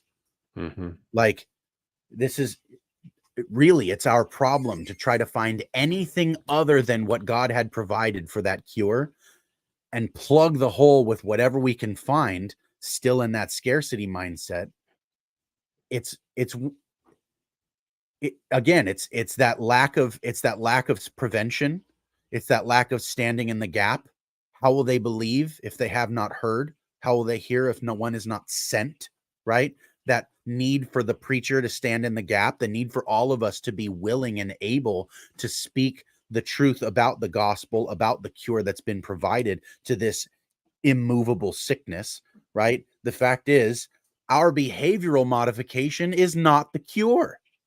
And though it is nice that you want to be a good person, that you want to be moral, that you want to love your neighbor and so forth, your aim to do so is going to be ultimately misplaced if it's not founded in the fact that you are also sick like them.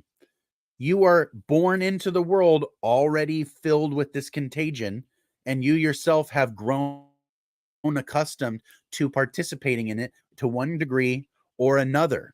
And like we said before, that crystallizing of the person and their identity in that participation in death is something that makes us less and less recognizable to ourselves and makes God and his image in us less and less recognizable to those around us. And so that cleansing process is like tearing the lid off of your container and staying under the spout where the blessings come out until all that filth in there gets cycled out by overflowing. Yeah, at first, when you start to realize I'm open and this is uncomfortable, what's coming in isn't the same as what's coming out.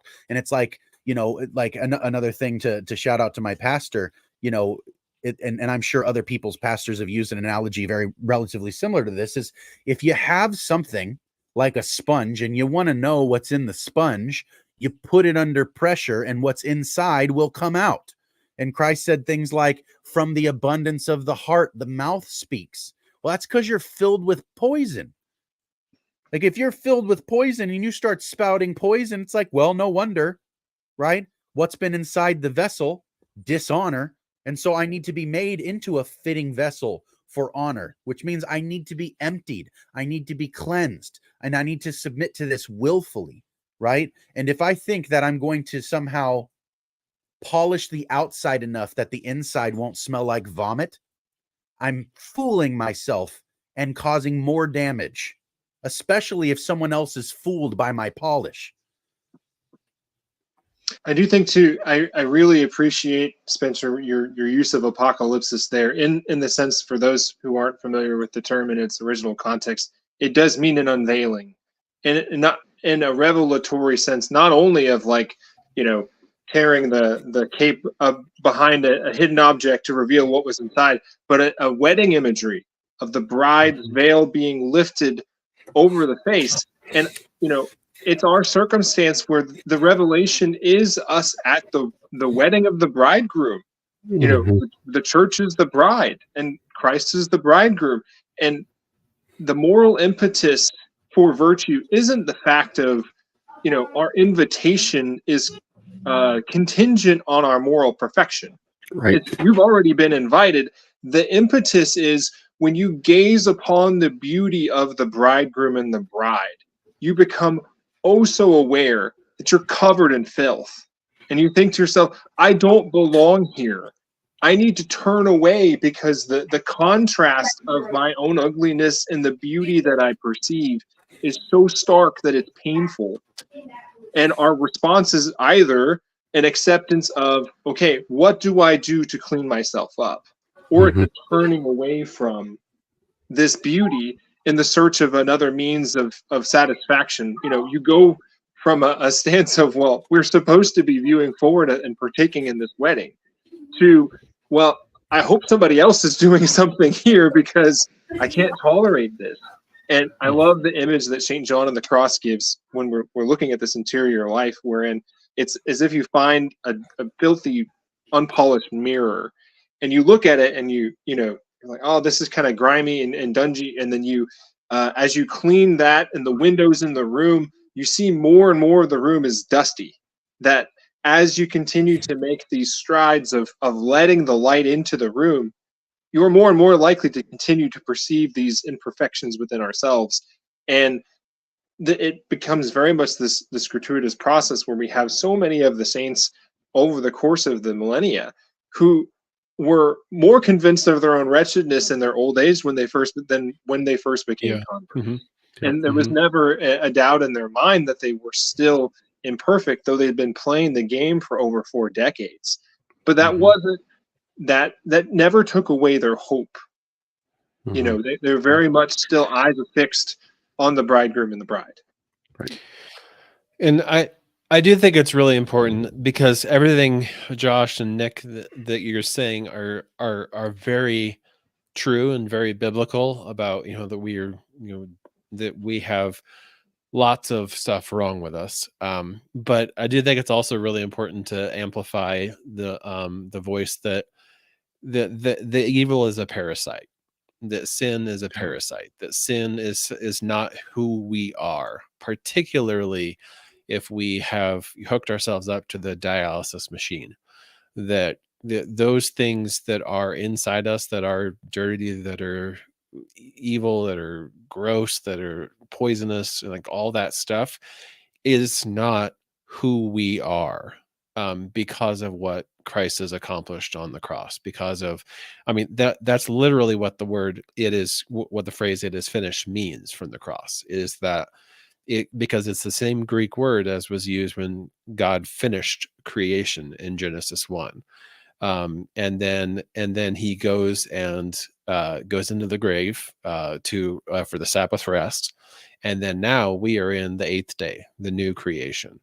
And so that's why, you know, Paul in 2 Corinthians says God was in Christ reconciling the world to himself, and we are the ambassadors of that message of reconciliation. Or John in 1 John 2 says that he himself is the atoning sacrifice for our sins, and not for ours only, but also for the whole world. Like all of these things are also true. And so you're absolutely right. Like there's filth, there's disgust, there's just ugliness, but it's also really important to remember that Christ has healed human nature and brought atonement to the cosmos. He's given us this new identity. You know, it's a biblical motif for a reason. When somebody gets a new name, their mission has been revealed. That their true calling towards the journey to God has been made clear. And very much the case. I'd be really interested to see what the metrics are on it. But I think that the literature would back it up to some degree, that when we ascertain an identity, it emboldens our actions to fit within that identity, in as much as that we integrate that within ourselves. You know, if somebody is in defiance of a label that's been placed on them, they'll act against it in order to prove it wrong. But if it comes to the point where they integrate that it only perpetuates further action within the confines of what that identity places itself. Wherein, you know, if you have somebody who was, well, it's okay. So we talk about like an earned identity of a sort. Like, how many times do I have to fix a car before I become a mechanic? You know, how many times do I have to steal something before I'm known as a thief?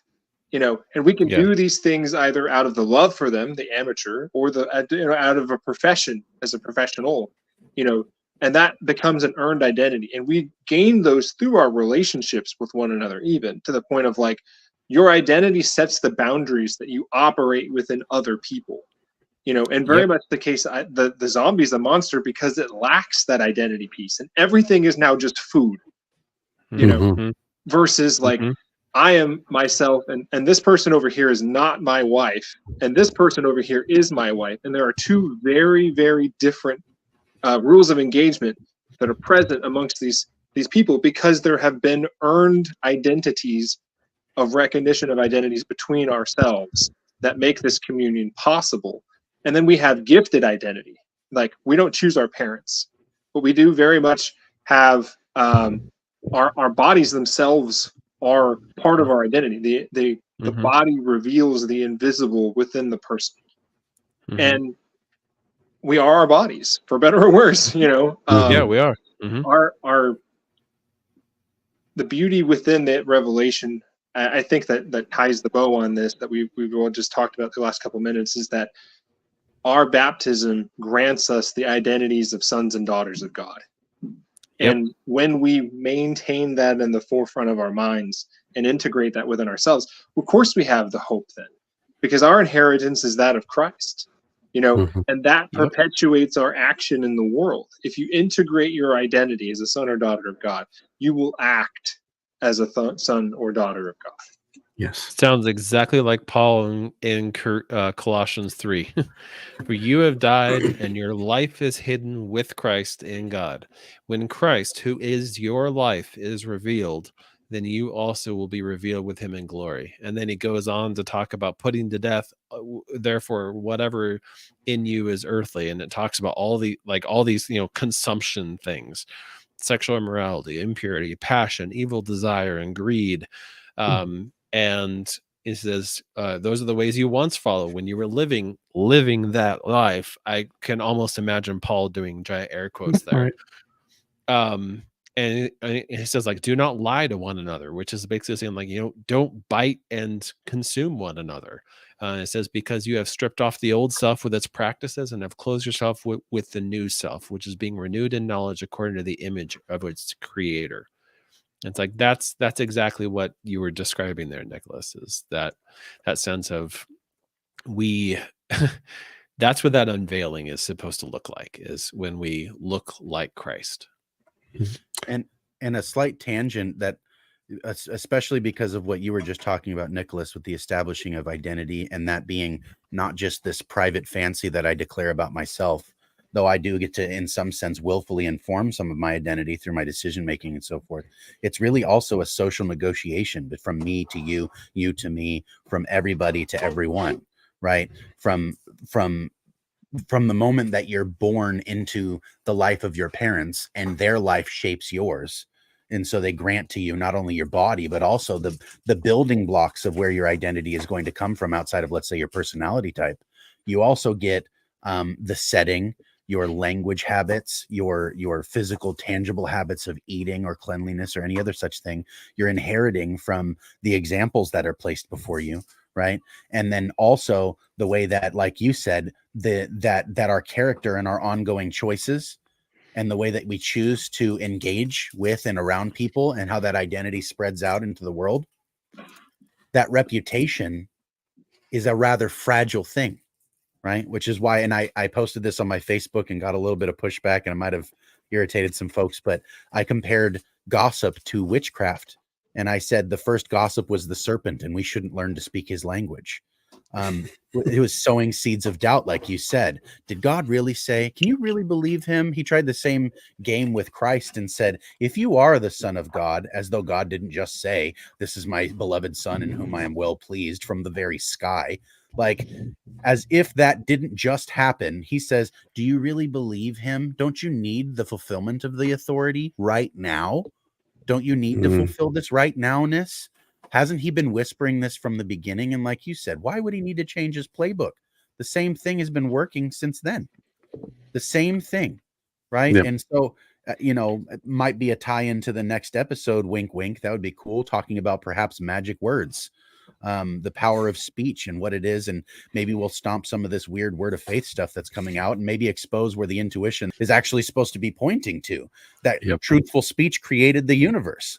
And the one who did it called himself the way and the truth and the life, and made this exclusivism about himself that our participation in any one of those three things is founded in our relationship and unity to him. And so, like, if that's the case, Christ is called the very word of God. I think it would be delightfully apropos to go over some of the beauty of the ability that we have to speak, and the power that it is to have language and words, and the incredible handicap it was, let's say, when the languages were separated, You know, when Babel took place and the languages were separated, and our ability to share the word, to dialogos, was disrupted very profoundly and immediately.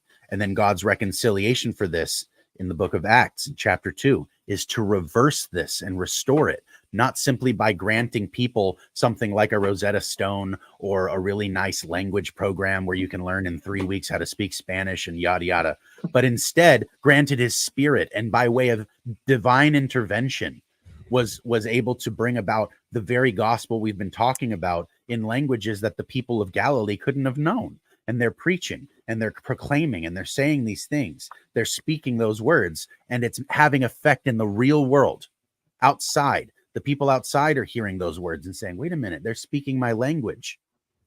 Now, you could take that metaphorically or literally, and either way, what you're having is the reconnecting of persons who were divided, right, back into something like a real unity, not through some commonality on the ground floor, but by that organizing principle, the Spirit himself bringing about this uniting thing like language being restored, the crossing the barrier of language that because let's say I don't speak Mandarin.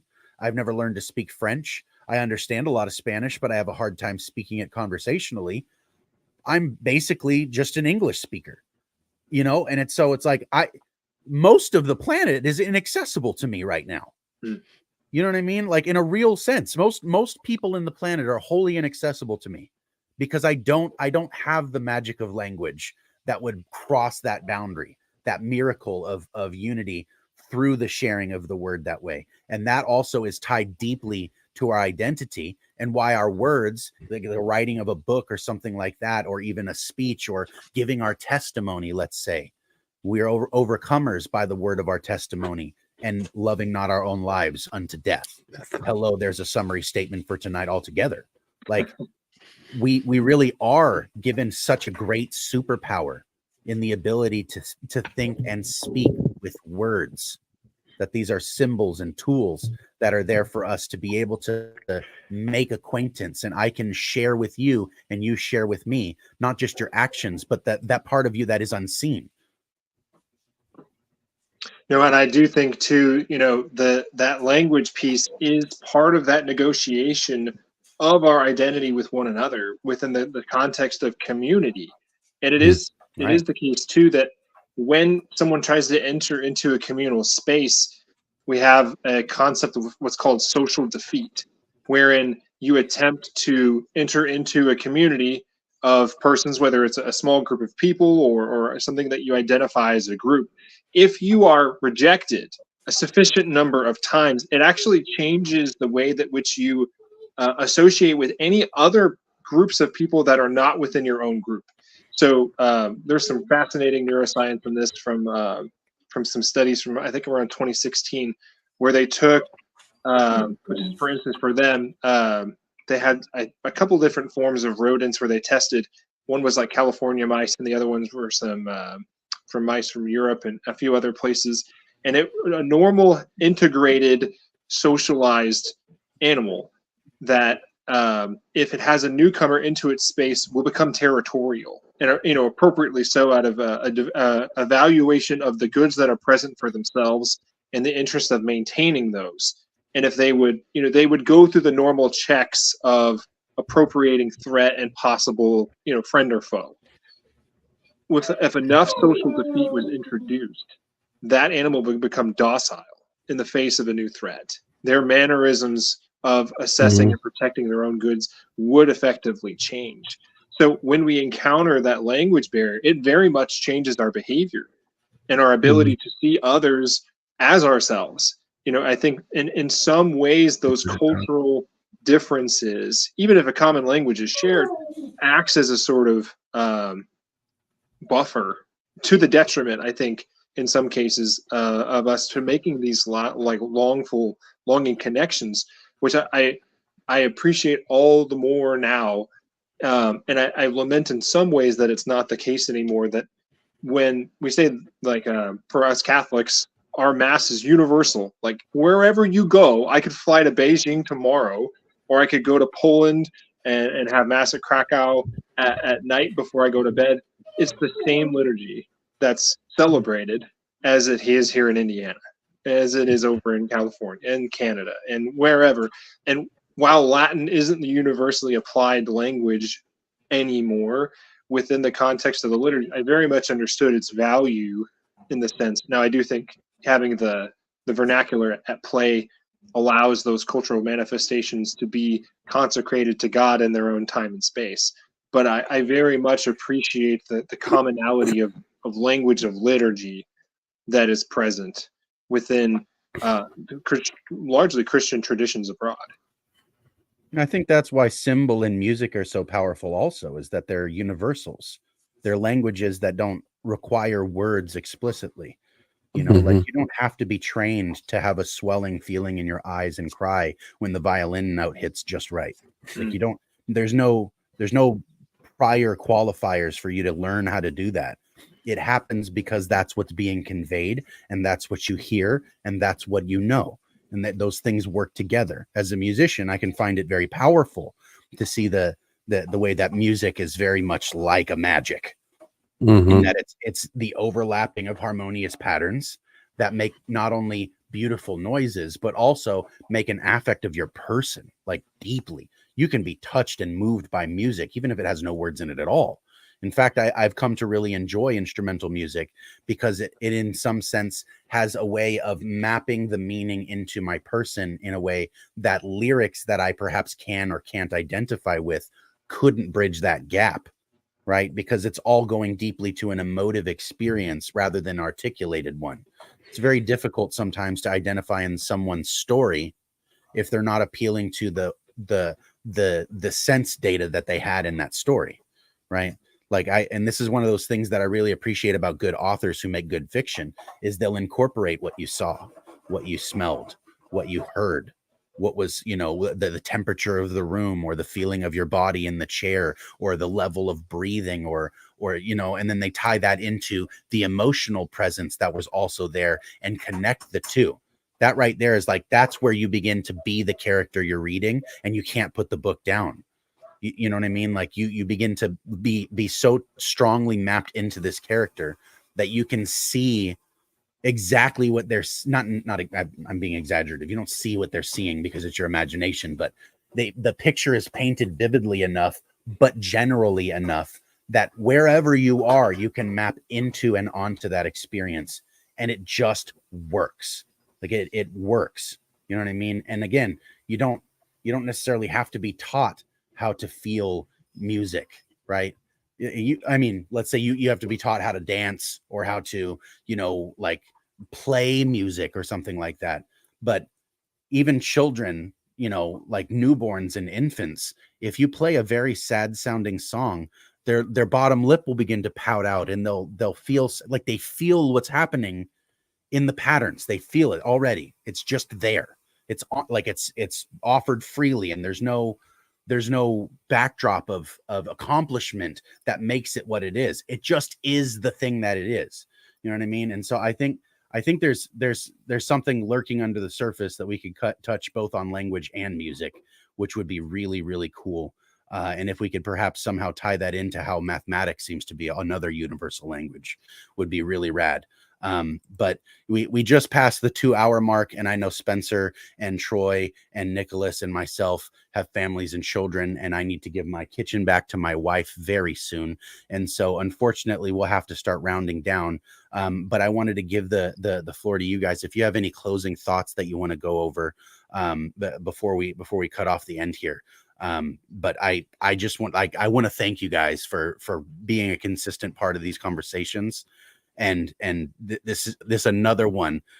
I am pleased. That's awesome.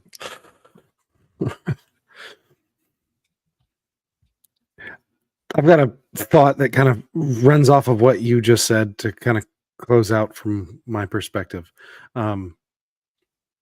The cult I grew up in, the leader of was a master musician.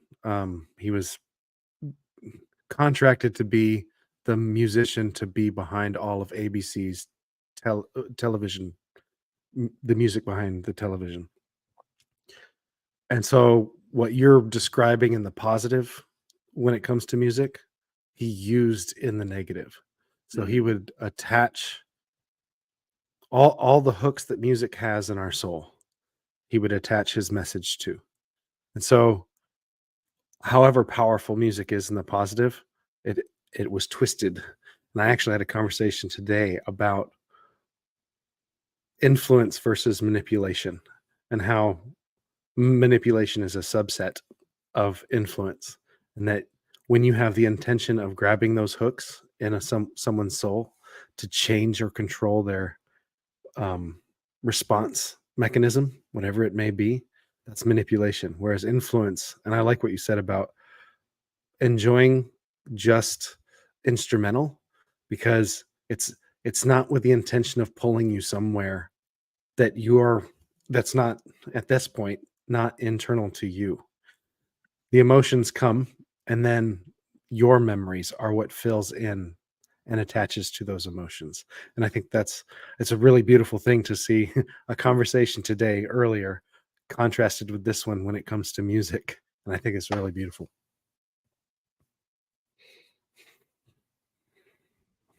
Nicholas, you got anything, bud?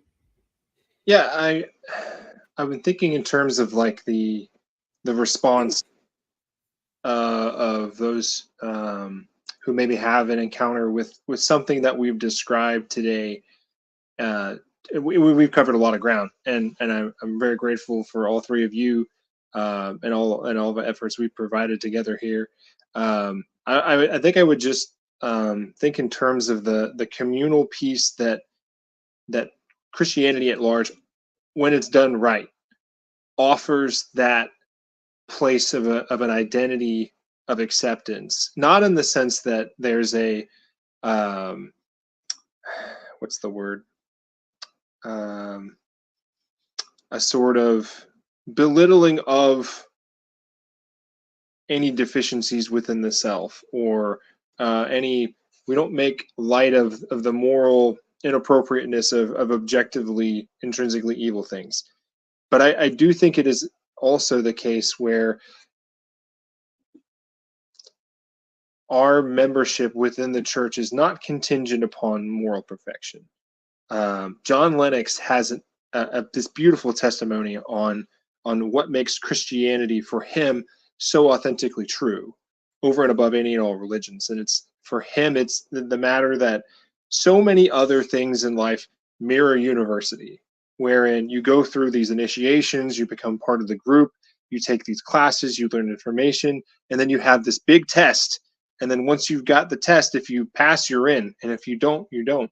But that's not how Christianity operates. It's more, he compared it to, like, what if I use that kind of terminology with my wife? It's like, okay, well, I'm going to marry you, but we're going to give this thing like a 40-year run, and if you fail at the end, then I'll disown you, or something of that effect. It's I appropriated your identity to be essential to mine as much as I understand my place in the divine narrative. Therefore, I accept you now, and anything that might entail within that thing, all of my efforts as our roles interplay before God is directed towards your ultimate good. And I think whether you come from a place of experiencing harm from the bottom up or the top down, take consolation in the fact that our Lord offers the gift of himself freely, and that he finds us where we are and accepts us within that space, but loves us too much to leave us there. For me, of course, I'm going to break out my whiteboard. Do it. But just everything you guys were talking about, everything we've been talking about, just reminds me how, like, this is what we were supposed to be. This is what a human looks like, or at least is supposed to look like.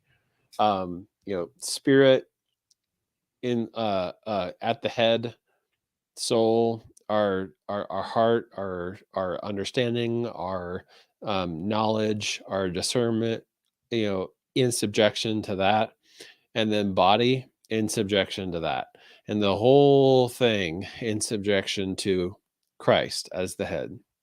So And it's very much like our spirit in collaboration, in synergism with the Spirit of Christ. So if this is a human, this is a zombie. And that's really what it looks like to try to, kind of live life like this, where our bodies and our passions are driving our emotions and driving our understanding and our wisdom, which then drives our ability or lack thereof to have any kind of organizing principle to connect with ourselves and connect with God and connect with others. And of course, that's where we get that complete separation, because that's at the very bottom, because that's just not what matters. And the cure is up there. Someone else coming in from the outside, uniting our self to his self and becoming our life. So Wow. Yes, the proper invasion. Man, that is wonderful. And especially because it's so easy to map our fear onto contagion and invasion. Mhm. But I want a faith that's contagious like a zombie virus. I think that's something to aspire to, perhaps. Huh? Yep, Um, it is. I am super pleased. I am super happy to be able to do things like this. Man, this has been a really great time. I almost wish it was an hour ago so we could do this longer. But if anybody likes what they're hearing, please like the video, but more importantly, comment under this video and give us your thoughts. If you have a question, if you have pushback, if you have a thought, or if you want to hear us talk about something in the way that we've been talking about these things, leave a comment, because I read them. I want to interact with you. This is all entertaining and really fun for me, but it's not just for me. Just like a tree doesn't need its own fruit. I don't get to pick mine. My fruit is for others. And so I want to be able to shape and prune back things and make sense of this. And so I'm super blessed. Like right now, I'm just so enamored with being able to have just this weird mechanism of influence that we're able to use through, internet and cameras and microphones. This is all so bizarre to me, but I'm just so blessed. And I'm anybody that's still listening, thank you for staying here and sticking out the long haul, because I know this is a long conversation, but I feel like it was worth it.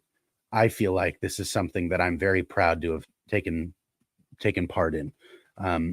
As for the Faith Unaltered channel, if you like the kind of conversations that we're having here, we have other conversations, we have other topics, we have other hosts. Every Friday we go live at 7 p.m. Eastern, and we discuss basically whatever we want.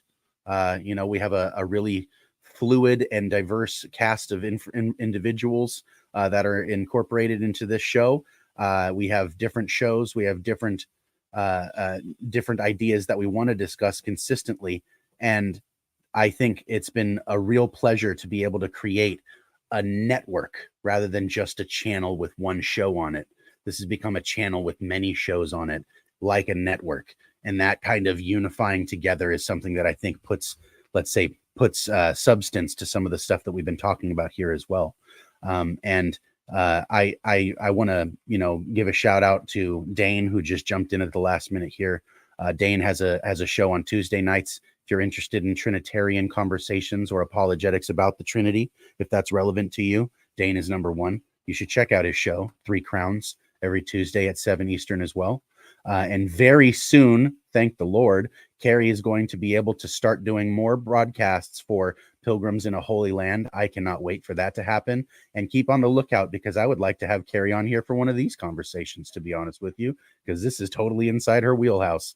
And I want to be able to expand and keep going with these conversations in a way that keeps up speed and keeps up steam and stays interesting, but stays organic to the flow of the conversation. And I really like that what we're doing is thinking in real time. As costly and risky as that is, this is always far more rewarding, right? And so with that, I am, again, super pleased to have friends like you guys to be able to do something like this. Has been a really great conversation, and I'm so pleased already. And I can't wait to go back and chew over some of this stuff for the next while. If you want to know, the next episode of Cosmic Corner is tentatively scheduled for March 15th, Friday, March 15th. That's kind of fluid right now. Hopefully nothing changes, but that's what I have coming down the pipes. And it seems like from the tone of this conversation, the next thing that we would talk about is identity in relation to those universal languages and how those are things that are shared across the board in all places at all times for all peoples. And I think that if we can find those things that are across the span of everything for everywhere for everyone, it kind of gets you to one of those places where you can say, maybe this is what was meant to be, right? Maybe this is part of the divine intent. And so I would like to shine more flashlights on things that illuminate to us that God is at a high level of intent and that he is good and that what he does is good. What he made is good. Life is good and it is a thing worth doing. And I'm glad you're here. Man, so I always wish Tyler is here for this closing statement, but in his absence, I will say one more time, thank you for watching Faith Unaltered. Good night. God bless. Stay like Christ.